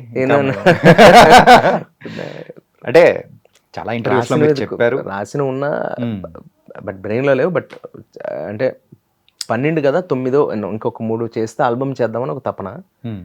ఒక ప్రామినెంట్ ఒక పెద్దవాళ్ళతో కూడా ఒక స్టూడియోతో వాళ్ళు లైనప్ అయి ఉన్నారు, వాళ్ళు అప్రోచ్ అవుతున్నారు. అది సైన్ అయితే కొంచెం దాన్ని కూడా ముందుకు తీసుకెళ్దామని. దాన్ని యాక్చువల్లీ ఫస్ట్ బుక్ చేద్దామని తప్ప నాకు ఏమాత్రం ఆల్బమ్ చేద్దామని లేదు. ఒక డైరెక్టర్ గారు నాకు ఇచ్చిన సలహా, రఘు గారని, నాకు చాలా కావాల్సింది, దీన్ని ఆల్బమ్ చేయి రవి అంటే ఇంకా. సో ఆల్బమ్ చేయడానికి నెక్స్ట్ సన్నాహాలు జరుగుతున్నాయి అంటారు. చాలా బ్యూటిఫుల్ శ్లోకాస్. అండ్ ఇంకోటి ఏమండి, మనం రైటర్ అని చెప్పుకోవడానికి రైటర్ అవ్వకూడదు, అది గుర్తుపెట్టుకోవాలి అంతే. మనం ఇది అని చెప్పుకోకర్లా, అందుకెవరు అవరు. అలా అయితే అది బ్యూటీ కాదు. మనలో భగవంతుడు మనకి ఇచ్చిన దాంట్లో, మనలో ఒకరు నమ్మిన దాంట్లో మనకు రాసేటప్పుడు ఒక స్మోక్ ఉంటుంది మనలో. అంటే దాన్ని ఏమంటారు అంటే దాన్ని ఒక మెల్ట్ అవుతాం మనం ఒక దానికి. ఒక ఇళయరాజా దగ్గర, ఒక వేటూరు గారి దగ్గర, మహమ్మద్ ఖదీర్ బాబు గారు దర్గా మెట్ట కథలు చదివినప్పుడు, ఏ మాధవ్ సింగరాజు గారు అభౌతిక స్వరం చదివినప్పుడు మనకు కొన్ని ఉంటాయి. ప్యాలెస్లోనో లైక్ కొన్ని బుక్స్తోనో, కొన్ని సినిమాలతోనో మనం రమిస్తాం వాటితో. లైక్ దళపతి. ఇప్పుడంటే పిచ్చెక్కిపోయిన వాళ్ళగా సుందరి అనే సాంగ్ని పెట్టి దేనికి పడితే దానికి వాడేస్తున్నారు. కానీ అసలు మొబైల్స్ లేనప్పుడే కదా మనం మెల్ట్ అయ్యాం వాటికి. బ్రేకప్కి లేదు, అద్భుతాలకి లేదు. ఒక అందమైన అమ్మాయి చీర కట్టుకున్నా అదే సాంగ్. దాంట్లో ఉన్న బ్యూటీ కాదు వాళ్ళకి తెలియదు. ఆ పాట ఉంది, వ్యూయర్షిప్ వస్తుందని అంతే. ఓకే, అందుకని రెడీ అవుతున్నారు. అందంగా రెడీ ఒక 1000 ఫోటోలు పెట్టడం మీద ఉన్న కిక్ అందంగా బతకడం మీద లేదు. అది ఉన్న రోజే మనం సుఖంగా ఉంటాం. ఫస్ట్ ఎదురు వాళ్ళని ఎక్స్పెక్ట్ చేయకుండా. అంటే జీవితం గురించి ఇంత బాగా మాట్లాడుతున్నారు, ఏంటి ఇంత వైరాగ్యం ఎక్కడి నుంచి వచ్చింది? ఏంటి అందంగా మాట్లాడినప్పుడు వైరాగ్యం ఎక్కడ ఉంటుందండి? అందం పట్టించుకున్నాడు వైరాగ్యం. ఒక జీవితాన్ని అర్థం చేసుకోవడానికి ఒక జీవితకాలం సరిపోదంటారు. కానీ మీరు ఇంత డెప్త్ గా మాట్లాడుతున్నారంటే ఈ మధ్య ప్రయాణంలో జరిగిన సంఘటనలే దానికి ముందు నుంచి. మీరు నన్ను ఇప్పుడు ఇంటర్వ్యూ చేస్తున్నారు కూడా నేనే ముందు నుంచి ఇంతే. What you eat, what you are, what your life, what you. అంటే మధ్యలో ఒకటి అడగచ్చా? అడగండి. మనం ఉన్నది అందుకే. హ్యాపీ డేస్ మూవీకి కూడా వర్క్ చేశారంటగా? అంటే నేను అప్రెంటిస్, ఆ విషయం వాళ్ళ టీంకి తెలియదు కాకపోతే అంతే. అంటే నేను దానికి ఆనంద్ రవి గారు వాళ్ళు ఉన్నప్పుడు యాక్చువల్లీ నేను యాక్టర్ అవడానికి వచ్చాను. నేను మీతో చెప్తున్నాను, మళ్ళీ చెప్తున్నాను, నా బలం అది, నన్ను నమ్మిన బలం అది పబ్లిక్. ఈ రోజు నేను ఇక్కడ ఉన్నాను, మీరు ఇంటర్వ్యూ చేస్తారన్నా నటుడనే కదా. బట్ కాకపోతే నాకు ఇంకొక క్వాలిటీ ఉన్నా నేను ఏ రోజు బయట పెట్టుకోలే. ఓహో అది ఇస్తే ఇక్కడ రెస్పెక్ట్ వస్తుంది అనమాట, అది చేస్తే ఇక్కడ మనకు పని దొరుకుతుంది అనమాట అన్నట్టు అంతే. అలా నాకు ఓకే రైటింగ్, ఒక గోస్ట్ రైటర్గా, ఒక అసిస్టెంట్ డైరెక్టర్గా చాలా సినిమాలు. Only happy days. ఎన్ని డేస్ వర్క్ చేశారు? ఒక 12 days చేస్తుంటాను అప్పుడు. ఆ టైంలో సిబిఐటి కాలేజ్లో అది ఆయనకు కూడా తెలియదు, శేఖర్ కమల గారికి కూడా తెలియదు. దూరం నుంచి అలా అంటే మరి అప్రెంటిసే కదా, శాలరీయా లేకపోతే వాళ్ళు కారు పెడతారని. నేను అప్పుడేమైనా ర్యాపిడోలు ఇవ్వా, ఒక 4 kilometers నడిచేవాళ్ళం. అక్కడి నుంచి ఏమైనా లిఫ్ట్ అడిగామండి, లిఫ్ట్ అంతే. ఆటో డబ్బులు ఇస్తే మనకి నెలకి 800 ఉండేది, ఎలా సరిపోతుంది? మీరు ఉండేది ఎక్కడ ఆ టైంలో? అమీర్పేటలో ఒక 14 మంది కలిసి రూమ్లో ఉండేవాళ్ళం. 14 మంది? కరెంట్ కుక్కర్ పెట్టుకుంటే ఒకటి తర్వాత ఒకటి నిలబడి ఉంటే భోజనం చేసే టైం 4 అయ్యేది. అలా 1 గంట నుంచి అంటే ఒకటితో రైస్ అయిపోయి మళ్ళీ రైస్ పెట్టుకుని మళ్ళీ. అందుకని షూట్ టైంలో ఏం చేసామంటే గ్రీన్ బవర్చీ ఉండేది కదా. గ్రీన్ బవర్చీలో టీ అప్పుడు 3 రూపాయలు 4 రూపాయలు నేను టీ తాగే టైంలో. అలానే భూమి పుట్టినప్పుడు వచ్చాను అనుకోవద్దు, నేను మీ టైంలోనే వచ్చాను. బట్ స్ట్రగుల్ ఎక్కువ అనిపించాను. ఎందుకంటే ఇంట్లో నేను ఎప్పుడు రూపాయి అడగకుండా, నా అనే వాళ్ళు హైదరాబాద్లో ఉన్న వెళ్ళకుండా ఉండడం. అంటే నేను ఒకటి నమ్మి వచ్చినప్పుడు ఇంకొకరి మీద ఆధారపడితే లోకు అవుతాం, పల్సర్ పడతాం అని నాకు భయం. ఎక్కడ పల్సన్ అయిపోతాం. కానీ ఆ నమ్మకంతోనే వచ్చారు, నిలబడ్డారు. Of course. ఒక మనిషి నడుచుకుంటూ వెళ్తూ అదే రూట్లో ఒక 2 లక్షల రూపాయలు బైక్లో వెళ్తూ అదే రూట్లో 22 లక్షల కార్లు వెళ్ళాడంటే సక్సెస్ అంటే మేబీ సక్సెస్ ఏమో. అలాగే ఈ బైక్స్ కార్స్ దీని గురించి అన్నారు కాబట్టి ఒకటి అడుగుతాను బ్రో. ఇది ఇంకా రాలేదు ఏంటంటే కార్ని అమ్మేసి హిమాలయన్ కొనుక్కోవడం ఏంటి? అదే ఇంకా ఏంటి? అమ్మేయడమే కదా. నాకు ఒక హ్యూజ్ యాక్సిడెంట్ అయింది. అదొక పెద్ద story. అది ఒక ఇంటర్వ్యూ కూడా సరిపోదు. ఎప్పుడు మిట్ట మధ్యాహ్నమే మళ్ళీ దీన్ని మీ వాళ్ళు డ్రంక్ అండ్ డ్రైవ్ అని మామూలుగా ఒక మామూలు మనిషి పడిపోయినా రాయరు, కానీ ఒక యాక్టర్ పడిపోతే అర్ధరాత్రి నడు రోడ్డు మీద తప్ప తాగి జోష్ రవి నేను ఇలా రాస్తారని భయంతో చెప్తున్నా.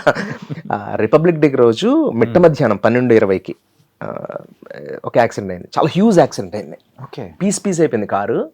నా అదృష్టం, నేను ఏదైనా దేవుడు ఉన్నాడు, దేవుడు అనేది ఎప్పుడైనా నమ్ముతాను అంటే ఆ టైంలోనే. ఎందుకంటే నాకేం కాలే, నేను బయటకు బాగానే వచ్చాను. అప్పుడు నమ్మకం కుదిరింది, ఓహో మనకి ఏదో ఉంది ఇండస్ట్రీలో, లేకపోతే మనం మన ఆయనకి రావడం ఏంటి, దేవుడు అక్కడి నుంచి చెప్పాడు ఈయన కొడుకుని మాత్రం పైకి రానివ్వకండి అని. ఆడికి ఇంకా ఉంది ఇంకా అక్కడ లైఫ్ అని చెప్పి పంపించాడు. నాకేం అర్థం కాదు. నా కారు అలా బయటకు వచ్చాను. నా అదృష్టం ఏంటంటే ఒక టీ తాగా, కుంభకోణం డిగ్రీ కాఫీ తాగి కారు అలా స్టార్ట్ చేసుకుని వస్తున్నా. 11:40, 12 అలా అవుతుంది టైము. అలా వెళ్తుంటే సూర్యాపేట దాటాక మునగాల అనుకుంటే ఏరియా ఇలా వెళ్తున్నా. బేసికల్గా హైవే మీద 100 అనేది అందరూ 120లో ఉంటారు, నేను 90 to 100 మధ్యలో ఉంటాను. నార్మల్గా అయితే 80లో ఉంటాం. బట్ ఒక ఫ్లో ఏమీ లేదు, ఎదురుగా వెళ్ళాలి. నాకు షూటింగ్ అయిపోయింది, దయా డబ్బింగ్ వెళ్తున్నాను. దయా ప్యాచ్ వర్క్ డబ్బింగే, ఐ హోప్ సో డబ్బింగే. దీనికి రిలీజ్కి దగ్గర పడుతుంది. వెళ్తున్నా, ఇలా వెళ్తూ ఉంటే రాంగ్ రూట్లో దున్నే ట్రాక్టర్ వస్తుంది. రాంగ్ రూట్లో మామూలుగా ట్రాక్టర్ అంటే ఈ సైజులో అయినా మనం అలా వెళ్ళిపోవచ్చు, ఇంకా వెళ్ళాలి. డివైడర్ దగ్గరగా ఉంది, వెళ్తున్నా. డివైడర్లో అటుపక్క రోడ్డు, మనం ఇలా లెఫ్ట్లో మనం హైదరాబాద్ వెళ్తాం, మునగల దాటాల జంక్షన్కి అలా వచ్చేసరికి ఆ దుక్కుతున్న ట్రాక్టర్ని జాగ్రత్తగా తప్పించుకుని ఆ 90 స్పీడ్కి వచ్చి అలా వెళ్తుంటే 100లో ఉన్నాను కరెక్ట్గా. అలా వెళ్తున్నాను. ఇది దాటే టైంలో దీన్ని జాగ్రత్తగా ఉండి ఇలా చూసి డివైడర్ ఇలా చూసి అలా తిరిగే లోపు గేదె వచ్చింది. ఓవర్లాప్ నుంచి వచ్చింది ఒక గేదె, ఒక బఫెల్, ఒక ఇంత పెద్ద దానికి ఒక మాలిగది అంటారు, దానికి ఒక వుడ్ స్టిక్ కట్టేసింది మెడకి. అది మాట వినని వాటికి కడతారు అలా యాక్చువల్లీ. అలా ముండిగా అలా వెళ్తుంది అది. అది జానేదో ఎవడైనా కొడుకున్నట్టు వెళ్తుంది అది. నాకున్న స్పీడ్కి నేను left tractor, right side divider, అలా స్టక్ 3 seconds టైం ఉంది. బ్రేక్ కంట్రోల్ చేసుకుని స్టీరింగ్ కంట్రోల్లో పెట్టుకుని బ్రేక్ అలా కంట్రోల్ చేస్తూ ఇంక చిప్స్ ఏబిఎస్ ఆన్ అయింది. టక్ మన హ్యాండ్ బ్రేక్ లాగడంతో ఇలా ఉన్న బండి ఇలా లేచి ఇలా వెళ్ళిపోతుంది, రైట్కి వెళ్ళిపోతుంది. స్టీరింగ్ కంట్రోల్ అవ్వట్లా. అలా డివైడర్కి ఫట్మంది. నా అదృష్టం ఏంటంటే డివైడర్ ఇటక సైజు మించి లేదు, ఇంతే ఉంది డివైడర్ సైజ్. టపక్కన తగిలి టైర్కి ఫ్లో అయిపోయింది. ఇలా తిరుగుతుంది గాల్లో తిరుగుతూ అవతల రోడ్డు మీదకి వెళ్ళిపోయింది. హైవే మీద అవతల రోడ్లో 4 flips వేసింది. ధబ్ అని పడింది. అలా 4 flips ధబ్ ధబ్ ధబ్ ధబ్ అని కొట్టుకుంటుంది. లోపల పాట వస్తుంది ఇళయరాజా గారిది, వలయూసే గలగలగలమని పాట. ఆ పాట వింటున్నాను నేను. ఆ పాట వింటూ మిడ్లో ఉండగా ధబ్ ధబ్ ధబ్ అని అలా పడింది. అలా వెళ్ళిపోతుంది అలా ఈడ్చుకుంటూ బండి. టైర్ల మీద ఆగింది. కిక్ ఏంటంటే టైర్స్ మీద ఆగింది. కరెక్ట్గా దొల్లుకుంటూ టైర్స్ మీద ఆగింది. టాప్ ఇక్కడికి వచ్చింది, నాకు ఇక్కడికి వచ్చింది టాప్. ఇలా చూస్తే కళ్ళు తెరవాలని భయపడ్డా. ఎందుకంటే కాలు ఎక్కడ ఉంది, చెయ్యి ఎక్కడ ఉంది అనుకున్నా. బ్లడ్ ఉంది మొత్తం, అంటే నేను ఒక్కడే ఉన్నా కారులో. బ్లడ్ ఉంది ఏంటి అని కళ్ళు ఎలా తెరిచి ఇంకో కన్ను తెరవడానికి భయపడుతుంటే కళ్ళ నుంచి కొంచెం వాటర్ వస్తుంది. హ్యాండ్ ఇక్కడికి వెళ్ళిపోయింది ఆటోమేటిక్గా. ఏ కాలు తీసి కింద పెడదామన్నా కాలు ఇరిగిపోయిందామని డౌట్ నాకు. అంటే ఏమో అయిపోయింది ఆ స్పాట్లో, నాకు తెలియలేదు. నాకు మెంటల్ ఉంది. పాట అలా క్లిటర్గా వస్తుంది. ఫస్ట్ డోర్ ఇలా తీసి ఇలా కొడితే రావట్లే భుజం, కొంచెం గట్టిగా కొడితే నా బోన్స్ ఏమైనా ఇరిగిపోయామో ఏదేదో డౌట్స్. ఇంకా ఆ టైంలో నాకు మా మదర్ తప్ప ఏం గుర్తురాలి నాకు. ఇలా కొడుతున్నా, గట్టి కొడితే వచ్చింది. ఎవ్వరు లేరు చుట్టుపక్కల, ఎందుకంటే అది ఒక పొలం. ఆ ట్రాక్టర్ వాడు ఎప్పుడో పోయాడు. పైగా నేను అక్కడక్కడికి వెళ్ళిపోయింది కదా, 4 flipsగా దొల్లుకుంటే ఎంత స్పీడ్ 100లో ఉన్నప్పుడు వెళ్ళిపోయింది.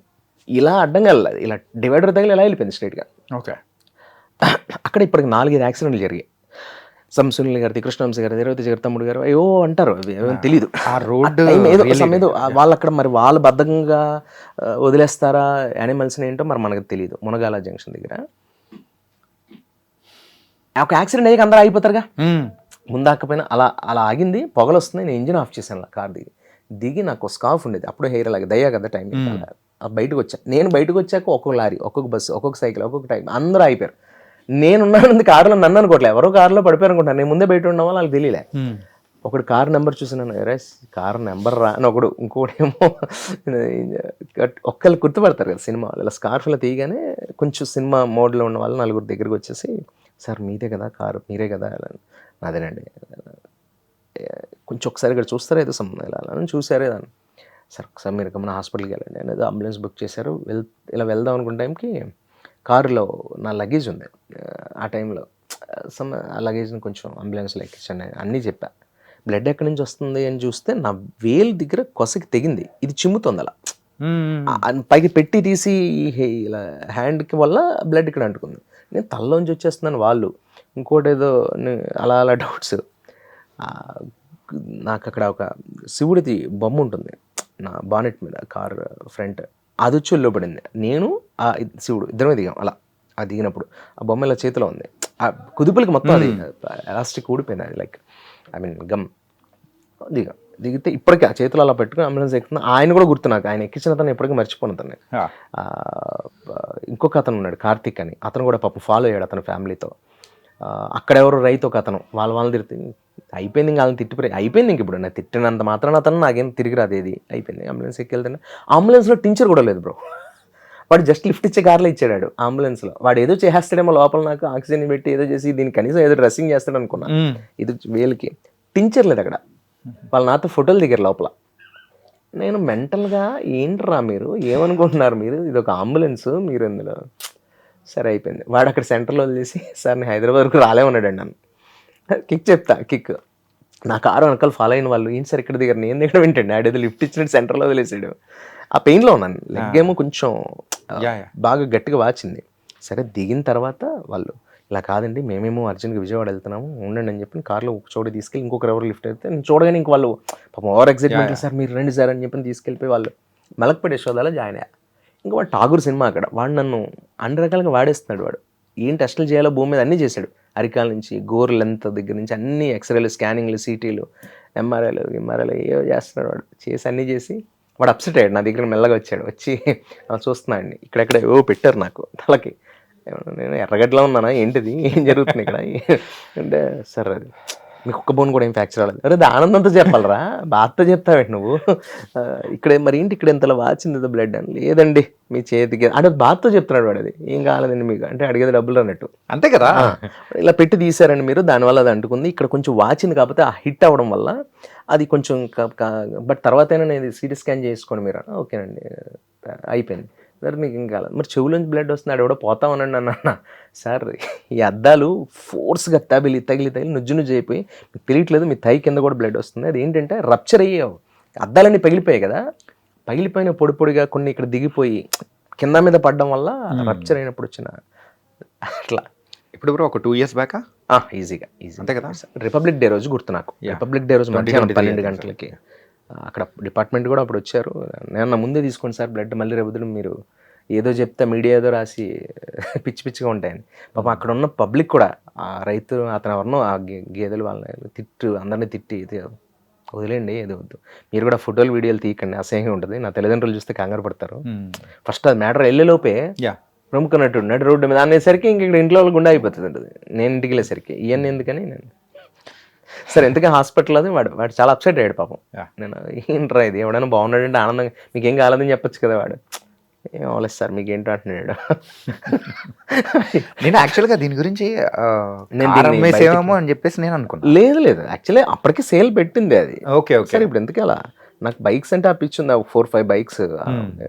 ఈవెన్ అప్పుడు కూడా స్ప్లెండర్, RX 100, అపాచీస్ అవన్నీ నుంచి అలా. బట్ కాకపోతే మనమేమి రిచ్ కిడ్ ఏం కాదు కదా ముందు నుంచి, మనం సెల్ఫ్ మేడే కదా, మనం ఒక చిరంజీవి టైపే. కాబట్టి మనం ఒక పనికిరాని ఒక సైకిల్ నుంచి ఒక స్ప్లెండర్, పాత స్ప్లెండర్ నుంచి ఇటు టైర్ అటు టైర్ వెళ్ళిపోయిన దగ్గర నుంచి మనం కాపాడుకుంటూ వచ్చాం. ఇది ఎన్ని ఉన్నాయి ఇప్పుడు గరాజ్? ఇప్పుడు ఎక్కువ లేవు బట్ అప్పుడు ఉండేవి. అప్పుడు 6-7 ఉన్నాయి. ఇప్పుడు నా దగ్గర ఒక 3 ఉంటాయి. అంటే లైక్ హిమాలయన్స్ 2 ఉంటాయి, స్క్రామ్ ఒకటి ఉంది 450cc, and BMW Prakash Mehra అంటే అది ఫ్రెండ్, నేను కలిసి తీసుకున్నాను. కార్ లేదు ఇప్పుడు ప్రస్తుతం, కార్ తీసుకోలే, ఇంట్రెస్ట్ లేదు కార్ మీద. ఈ భయమా లేకపోతే భయం అనేది ఏం లేదు, భయం అసలు నాకు అలాంటి పిచ్చలైట్ మనకి అసలు అదేం లేదు. పైగా మనం మిస్టేక్ చేస్తే మనకు భయం ఉంటుందండి, మనం అసలు ఎప్పుడూ లేదు కదా. మీరు ఎప్పుడైనా అబ్జర్వ్ చేస్తే ఒక మీడియాలో కానీ ఒక యూట్యూబ్లో కానీ ఒక చోట కానీ ఇది ఎప్పుడు అది అలాంటి మత్స మనం అలాంటి బ్యాచ్ కాదు మనం. 6 to 6 మనం ఎప్పుడెప్పుడు అమ్మ దగ్గరికి వెళ్ళిపోతాం, ఎప్పుడెప్పుడు ఇంట్లో కూర్చొని అమ్మతో కలిసి ఓటీటీలో సినిమా చూద్దాం అన్నట్టు ఉంటాను నేను అంతే. కానీ ఏంటి అంటే మిగతా వాళ్ళందరూ కూడా సినిమా వాళ్ళు కూడా ఒక సర్కిల్ ఉండాలి, వాళ్ళతో ఎప్పుడు రెగ్యులర్ గా మీట్ అవుతుండాలి, అవును, ఇట్లా అని నిజం. చెప్పేసి అంటూ ఉంటారు. కానీ మీరు మాత్రం ఆ కల్చర్ నాకు చేతకంతనం, నాకు చేతకంతనం. దూరంగా ఉండడానికి రీజన్ ఇదేనా? దూరంగా ఉండడం ఎందుకు ఉంటుంది? నేను అంటాను వాడినా, వాళ్ళు అంటాను అట్లా కాదు బ్రో, అంటే పార్టీలకు వెళ్ళడాలు, పబ్లిక్ వెళ్ళడాలు, ఇది నా మైనస్ దీనికి అనేది. నేను బేసికల్ గా డ్రింక్ అకేషనల్లీ సరదాగా ఎంజాయ్ చేయడానికి ఎప్పుడో ఓకే. ఎవ్రీడే కూర్చోవాలంటే వర్కౌట్ అవుతుంది ఒకటి. సరే, ఒకటి ఇంకో రీజన్ ఉంది, ఎవరికి తెలియదు ఏంటంటే ప్రతి ఇల్లు ఒకలా ఉండదు, ప్రతి తల్లిదండ్రులు ఒకలా ఉండరు. మా అమ్మగారు ఆరోగ్య పరిస్థితి ప్రకారం నేను ఆవిడ పక్కనే ఉండాలి. నేను సినిమా ఎంచుకోవడం వల్ల ఇప్పటికే నేను ఆవిడకి ఎక్కువ దూరంగా ఉంటున్నాను. మీతో ఇంటర్వ్యూ చేసినప్పుడు కూడా అప్పుడప్పుడు ఎందుకు ఫోన్ చూస్తున్నారు, ఇలా కింద చూసుకుంటే అంటే అమ్మ గమన ఆవిడ షీ వాజ్ హ్యాండిక్యాప్డ్. నాకు ఆవిడ, నేను లేకపోతే ఆవిడకి ఏదైనా ఉన్నా కూడా నేను లేని లోటు ఎప్పుడు ఆడుకుంటుంది. నేను చిన్నప్పుడు కూడా ఒకవేళ క్రికెట్ ఆడుతుంటే ఆవిడ చూడాలనుకున్నప్పుడు టక్ మన ఒక 6 గట్టిగా కొట్టి ఒక షాట్ డిఫెన్స్ ఆడకుండా ఒక షాట్ కొట్టి పరిగెత్తికెళ్ళి ఇక్కడ ఉన్నానమ్మ కంగారు పడదు అని చెప్పి వెళ్ళేవాడిని. That is my love. మదర్కి నాకు ఆవిడ నడవలేని ఆవిడ నన్ను నడిపించారు కదా, ఆవిడ one and only, no siblings is there. That's why ఇంక మోర్. ఇంకా నాకు ఆవిడ పెద్ద వయసు వచ్చినప్పుడు మన ఏం చూసుకోకపోతే ఎవరు చూసుకుంటారు. దట్స్ వై నాకు ఆవిడే జీవితం. ఆవిడ తర్వాత ఏదైనా సినిమాలు ఇవన్నీ. సినిమా అనేది ఒక ప్యాషన్ అండి, బట్ అది మన వాళ్ళని దాటి ఏం కాదు నాకైతే. నాకు అమ్మ సినిమా అంతే, దట్స్ ఇట్. తల్లిదండ్రులు సినిమా అంతే. బట్ నాకు అందుకని నేను 6 దాటితే తప్ప ఎవరితో కలవకూడదు అదేం కాదు. అయినా ఈ ఇన్స్టాలో మిలియన్స్ ఆఫ్ ఫాలోవర్స్ ఉంటాను, ఫేస్బుక్లో మిలియన్స్ ఆఫ్ ఫాలోవర్స్ ఉంటాను, రాజమౌళి గారి సినిమాలు ఎవరు నీలో టాలెంట్ ఉంటే ఇస్తారు అంతే. నీ అవసరం పబ్లిక్ నువ్వు నచ్చిన రోజే సినిమాలు వస్తాయి. ప్రొడ్యూసర్ అతను మార్కెట్లో ఉన్నాడు, జనాలకు ఆడంటే ఇష్టం అని పెట్టుకుందాం అనుకుంటారు తప్ప ఆడికి 6.3 మిలియన్స్ ఉన్నారు అని పెడదాం అని ఎప్పుడు ఇప్పుడు అవకాశాలు కదా. బట్టి ఇవన్నీ కొనుక్కునేవి, కొనుక్కోలేని ప్రేమ అది పబ్లిక్లో ఉండాలి. అది నాకు కొంతైనా ఉంది. నేను అద్భుతాలు సాధించకపోయినా బట్ అరే ఆడు నా కొడుకు మామూలు యాక్టర్ కాదురా అని థియేటర్ బయటకు వచ్చి నా ముందే నేను విన్నా ఉన్నాయి. నా కొడుకు చేశాడు రా గుండెజారి టైంలో, అంటే ఎవడరా నా కొడుకు అన్నట్టు థియేటర్లో అలా ఇప్పటికి గుర్తు. ఒక వెల్లువల సముద్రం వాళ్ళ పాస్ అయింది గుండెజారికి. ఇలాంటివి ఎన్నో సినిమాలు, కాయరాజుగా కానీ నేను చేసిన నేను రాజు నేను మంత్రి కానీ, ఇంత ప్రేమం కానీ, మన దయ కానీ, సేనాపతి కానీ, సోకాళ్ళు మగధీర జోష్ నుంచి లెక్కేసుకుంటా మధ్యలో చేసిన ఎన్నో కోకొల్లల సినిమాలు, అటు తమిళ్ కన్నడ. మళ్ళీ ఇండస్ట్రీ అంతా ఒక్కసారిగా మీ వైపు చూడడానికి పవన్ సాధినేని గారు మూవీలో ఉన్న క్యారెక్టర్ ఏమైనా ఆయన చూస్తారు, ఆయన సినిమా చూస్తారు. క్యారెక్టర్ అనేది నేను పర్టికులర్ క్యారెక్టర్ అంత అంటే ఏమండి, ఆయన ఏమి ఇస్తున్నారో మనకు తెలియదు, ఏం చేస్తున్నామో మనకు తెలియదు. ఎడిటింగ్లు డబ్బింగ్లు అయ్యాక ఎన్ని ఉంటాయి ఎన్ని ఉండవో తెలియదు. ఇవన్నీ ఇది ఒక పెద్ద సముద్రం సార్ సినిమా. ఇప్పుడు జరుగుతున్న సినిమా అయితే అసలు లెక్కపత్రం లేదు. 5-6 గంటలు 7 గంటల సినిమాలు తీసి తర్వాత దాన్ని 2.5 గంటలు కట్ చేసే విధానాలు బ్రహ్మానందంగా ఉండట్లేదు మేమెంత. కాబట్టి అంటే ఈ సినిమా గురించి చెప్పట్లేదు అంటే 5-6 గంటల మా సినిమా గురించి కాదు, మామూలుగా చెప్తున్నాను. ఇప్పుడు పవన్ సాధినేని గారి సినిమా గురించి మాట్లాడుకుంటే మంచి వేషం, ఆయన నాకు మంచి వేషం ఇస్తారు. నేను ఆయన నాకు ఒక దేవుడు నాకు ఒకటి దొరికారు. ఏంటంటే ఆయన మూవీస్ ఫస్ట్ నుంచి ఏది చేస్తున్నా కానీ అందులో మీకంటే ఒక క్యారెక్టర్ అన్నాను ఇందాక కూడా మీతో. ఆయన ఎలా ఉంటుందంటే, నేను ఎంత బిజీగా ఉన్నా ఏదైనా సినిమాలు రేపటి రోజు అయినా అంటే అఫ్కోర్స్ ఆయన సినిమాలు నాకు అవకాశం ఇవ్వకముందే నేను జోష్రాగో పేరు నాకు ఒక ఇమేజ్ ఉంది, కొంచెం అరాకొరగా తగ్గి ఏంటిది అనుకున్న టైంలో మళ్ళీ ఆయన నాకు ఒక మంచి అవకాశాలు ఇచ్చారు. నేను ఆయన నన్ను ఎలా గుర్తుపెట్టుకుంటారో పక్కన పెడితే, నేను ఆయన సినిమాలో వేషం ఇస్తారని ఆయన ఎప్పుడు గుర్తుపెట్టుకున్నాను. బాండింగ్ ఎక్స్పెక్ట్ చేస్తాను నేను కూడా, ఈసారి ఏమి ఇస్తారో అనేది ఉంటుంది, లేకపోతే నేను నటుడిని ఎందుకు అవుతాను. బట్ కానీ ఇస్తేనే అని కానీ, లేకపోతే నాకు ఇవ్వకుండా చేస్తాను, నాకు ఇవ్వకపోతే మోర్ హ్యాపీగా ఫీల్ అవుతాను. ఎందుకు తెలుసా, ఆయన కథ మీదే ఫోకస్ చేస్తే తప్ప నాకు ఇవ్వకుండా ఉండరు. ఆయన ఏదో ఇంకా బెటర్ స్థాయికి వెళ్తే ఇంకా బెటర్ వేషన్ నెక్స్ట్ టైం ఇస్తాడండి. ఓకే, అది ఏ డైరెక్టర్ అయినా సార్ మనం ఎక్స్పెక్ట్ చేయాల్సింది ఏంటంటే, ఒక డైరెక్టర్ నిన్ను ప్రేమించే వ్యక్తి సడన్గా నీకు వేషం అవ్వట్లేదంటే అఫ్కోర్స్ కొన్ని రీజన్స్ వేరే ఉండొచ్చు కాక, బట్ నిజంగా నువ్వు టాలెంటెడ్ అయ్యి రెగ్యులర్గా ఇస్తున్న మనిషి అందులో ఇవ్వలేకపోయాడు. ముఖ్యంగా పవన్ గారు లాంటి వాళ్ళు ఛాన్సే లేదు, అందులో నాకు సరిపడేది లేదని అర్థం. ఓకే, నెక్స్ట్ టైము ఆయన అప్పుడు కూడా ఫీల్ అయినప్పటికీ నేను లేకుండా నేను షూటింగ్ స్పాట్కి నెలలో 2-3 సార్లు వెళ్తుంటాను. ఆయన నన్ను పిలిచి రండి సార్ వీరు రండి అంటే ఆయనకి ఏం అవసరం, అదొక ప్రేమ. ఆయన నన్నే కదా అందరితో అలాగే ఉంటారు, నేనేమనుకుంటాను నాతో నన్ను బట్ కాకపోతే ఆయన స్వభావం అది. మనుషుల్ని ఎక్కువ ప్రేమిస్తారు, మనుషుల్ని ఎక్కువ లవ్ చేస్తారు. మన అనే వాళ్ళని వదలరు, స్ట్రగుల్లో ఉన్నప్పుడు ఆయనతో ట్రావెల్ అయిన వాళ్ళని అసలు వదలరు. ఓకే, అది అలాంటి డైరెక్టర్ దొరకడం ఏ ఆర్టిస్ట్కైనా అదృష్టం. మంచి డైరెక్టర్ మంచి విషయం ఉంటే ఇస్తారు ఆయన. షూటింగ్ ఏమన్నా కొంచెం కంప్లీట్ అయిందా? కొంచెం కాదు, ఒక అయి ఉంటుంది, ఒక 30% అయి ఉంటుంది. అంటే కాంబినేషన్ దుల్కర్ సల్మాన్ గారితో ఇప్పుడు చేయాలండి, హైదరాబాద్ షెడ్యూల్ ఇక్కడది, ఓకే ఇక్కడ ఉందన్నారు. But is a beautiful director. But అది ఆ సినిమా రూల్ ఏదో చేస్తుంది అది. అది పాజిటివ్గా ఏ స్థాయిలో అనేది మాకు తెలియదు కానీ బట్ అది ఆకాశం అంత ఎత్తులో ఉంటుంది సినిమా, టైటిల్ తగ్గట్టే. మెయిన్గా ఈ ఇంటర్వ్యూ మీతో చేయడానికి రీజన్ ఏంటంటే, మీరైతే ఈ సినిమాలు లేవు ఇప్పుడు ఎందుకు చేయడం అని చెప్పేసి మీరు అన్నా కానీ ఏంటంటే వాట్ ద రీజన్. చాలామంది ప్రేక్షకులు అనుకుంటూ ఉంటారు కదా, అరే ఇంత బాగా ఎంటర్టైన్ చేశారు, ఎక్కడ కనిపించట్లేదేంటి ఈ మూవీస్లో ఎక్కువగా అట్లా అని చెప్పేసి అనుకుంటారు కదా. అలాంటి వాళ్ళ కోసం మెయిన్గా అనుకుంటారు. అంటే ఇక్కడ ఒక రీజన్ ఉందండి. అదేంటంటే నేను అదే సినిమాలు ఉన్న రిలీజ్ టైము ఒక ప్రమోషన్గా మాట్లాడితే ఒక కిక్, సమ్మెక్స్ ఏదైనా ఇంకొకటి మోర్ అచీవ్ చేస్తున్న కిక్, మళ్ళీ అలా కూడా చేద్దాం అలా. అందుకని తప్ప ఇవ్వను అనేది ఏముందండి. అసలు ఫస్ట్ మీరు నన్ను అడగడం అనేది ఇంకా నేను బ్రతుకున్నాను అనిపిస్తుంటుంది, అంతే అంతే. అంటే జనాల్లో మనం ఇంకా ఉన్నాను, పర్లేదు నన్ను అడుగుతున్నారంటే పర్లేదు, మనం బాగా మీ ఐడియా వల్ల అదొక ధైర్యం వచ్చింది, అదొక ఆనందం. ఏంటంటే ఓకే నేను మేటర్లో ఉన్నాను, లేకపోతే వీళ్ళు పిలవరుగా మేటర్ లేకపోతే అనేది ఒక కిక్. అంతే. Thank you. అందుకు నేను మీకు థ్యాంక్స్, ఎందుకంటే నాకు ఉపయోగపడుతుంది, కానీ నాకు ఇప్పటికీ డౌట్ మీకేం ఉపయోగపడుతుంది ఇంటర్వ్యూ నాకు తెలియదు. వీఆర్ వెరీ హ్యాపీ మళ్ళీ రావడం, మళ్ళీ ఇలా మాట్లాడుకోవడం. Thank you so much Chanakya గారు. నేను అంటే చాలా రోజుల తర్వాత అంటే ఇంటర్వ్యూలో కాకుండా సరదాగా ఒక ఒకరికొకరు మామూలుగా నేచర్ గురించో లైఫ్ గురించో పంచుకోవడం, ఊరికే మనం ఏదో తెలివితేటలు ప్రదర్శించడం కాకుండా మనకు అనిపించింది మాట్లాడడం, మనకు తెలిసింది చెప్పడం, ఇలా ఉంటే బాగుంటుందేమో కదా అనేది. రేపు బాగుంటుంది, ఇప్పుడు మనం రేపు ఏదో బాగుంటుందని ఇప్పుడు హ్యాపీగా ఉండాలి. రేపు బాగుంటుందా బాగోదని ఆలోచనలు ఇప్పుడు ఉన్నది వదిలేకుండా మనం తాగి కాఫీని కూడా ఎంజాయ్ చేస్తూ మనం తాగి ఇదిని కూడా సుఖంగా బ్రతుకుతూ ఉంటే బెటర్ అని. కాఫీ తాగుతూ అక్కడికి వెళ్ళాలి ఇక్కడికి వెళ్ళాలని ఇక్కడ అసలు అది ఎప్పుడు తాగాము, ఎప్పుడు అది జీవితం కాదు. అది తెలుసుకున్నాను నేను తినేది పర్ఫెక్ట్గా తినడం, నేను స్నానం చేసేప్పుడు కరెక్ట్గా ఒళ్ళు రుద్దుకోవడం, నేను కరెక్ట్గా కాఫీ తాగడం, ఏ పని చేస్తున్నా అక్కడ మనసు లగ్నం చేయడం, ఎంజాయ్ చేయడం, దేవుడు ఇచ్చిన మహాప్రసాదం. నాకు ఏది దొరికిందో అది గొప్పగా చేశాను, అంతకుమించి నేనేం చేయలేను కదా. నాకు ఎవరేమి ఇచ్చారో దాన్ని నిలబెట్టుకోవడం నాకు తెలిసిన విద్య, అంతే తెలుసు నాకు, అంతే చేయగలం కూడా. మీరైనా నేనైనా మీకు ఇచ్చిన ఇంటర్వ్యూ మీరు బాగా చేయాలి. నేనున్నా చిరంజీవి ఉన్నా లేకపోతే చిన్నవాళ్ళున్నా పెద్దవాళ్ళున్నా మీరు బాగా చేయాలి, క్వశ్చన్స్ పర్ఫెక్ట్గా అడగాలి, బ్యూటిఫుల్గా ఉండాలి, అది యారగెన్సీగా ఉండకూడదు, అండ్ ఇంకోటి ల్యాగ్గా అవ్వకూడదు. ఇది మీకు ఒక సబ్జెక్ట్ ఉంటుంది. అట్లా నా సబ్జెక్ట్ ఏంటంటే మన వల్ల ఎదుటి వాళ్ళు ఇబ్బంది పడకుండా మనం ఎంత సుఖంగా బతికాం అనేది. So nice bro, and thank you so much. And direction కోసం నేనైతే వెయిట్ చేస్తున్నా. సో ఇంకా వేరే చెప్పారు కాబట్టి నేను వెయిట్ చేస్తున్నాను, కానీ పబ్లిక్ వెయిట్ చేసి ఒక ప్రొడ్యూసర్ కూడా వెయిట్ చేసిన రోజు ఆలోచిద్దాం. ఖచ్చితంగా. Thank you, all the very best and thank you for coming. Love you brother, thanks your I dream team also. And more over మీ అందరికి, ఎందుకంటే ఐ డ్రీమ్ అనేది ఇదేదో కొత్తగా ఇవాళేదో వచ్చింది కాదు, ఇది మా లైఫ్లో ఉన్నదే ఐ డ్రీమ్ అనేది. దీని గురించి ప్రత్యేకంగా చెప్పే స్థాయి కాదు కానీ అది, but please share and subscribe viewers అందరూ. I love I dream why because అందులోనే ఒక డ్రీమ్ ఉంది, మై డ్రీమ్. ఇవన్నీ కూడా ఫుల్ఫిల్ అవ్వడానికి ఎక్కడో అక్కడ చాలామందికి ఐ డ్రీమ్ హెల్ప్ అయింది. టీఎన్ఆర్ గారు లాంటి మనుషుల దగ్గర నుంచి ఎంతోమంది ట్రావెల్ అయిన ఈ నేలల్లో నాకు వాసు గారితో ఒక అనుబంధం కాబట్టి thank you I dream. Thank you viewers అందరికీ థ్యాంక్ యూ. మీ ప్రేమ మీ అభిమానం ఇలాగే ఉండాలి. Love you, thank you.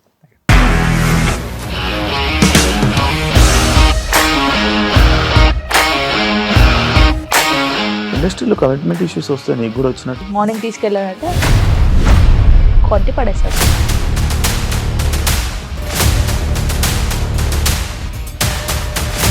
ఒక్కళ్ళు కూడా చూడలేదు ఈ సినిమా అని చెప్పడానికి కూడా చాలా ధైర్యం కావాలి. అది నిజం కదా, దాంట్లో ధైర్యం ఏంటి? ఇది నెక్స్ట్ డే ప్లేట్ మార్చేస్తే తప్పు కదా. As of now we're comfortable this అని నేను అనుకుంటున్నాను. రష్మిక గారిది మీది ఒకే ఊరు అంటే కదా, నీకు కోపం వచ్చిందంటే బాగా తిట్టేత్తరా? తిట్టేద్దామండి. నిజంగా గేమ్ ని ఎలా చేంజ్ చేయగలిగారు? ఏపీఎస్ఎఫ్సి వాళ్ళకి 6 నెలల్లో నేను 6 లక్షలు కట్టా. బిజినెస్ చేయాలనుకుంటే it is as difficult as riding a tiger.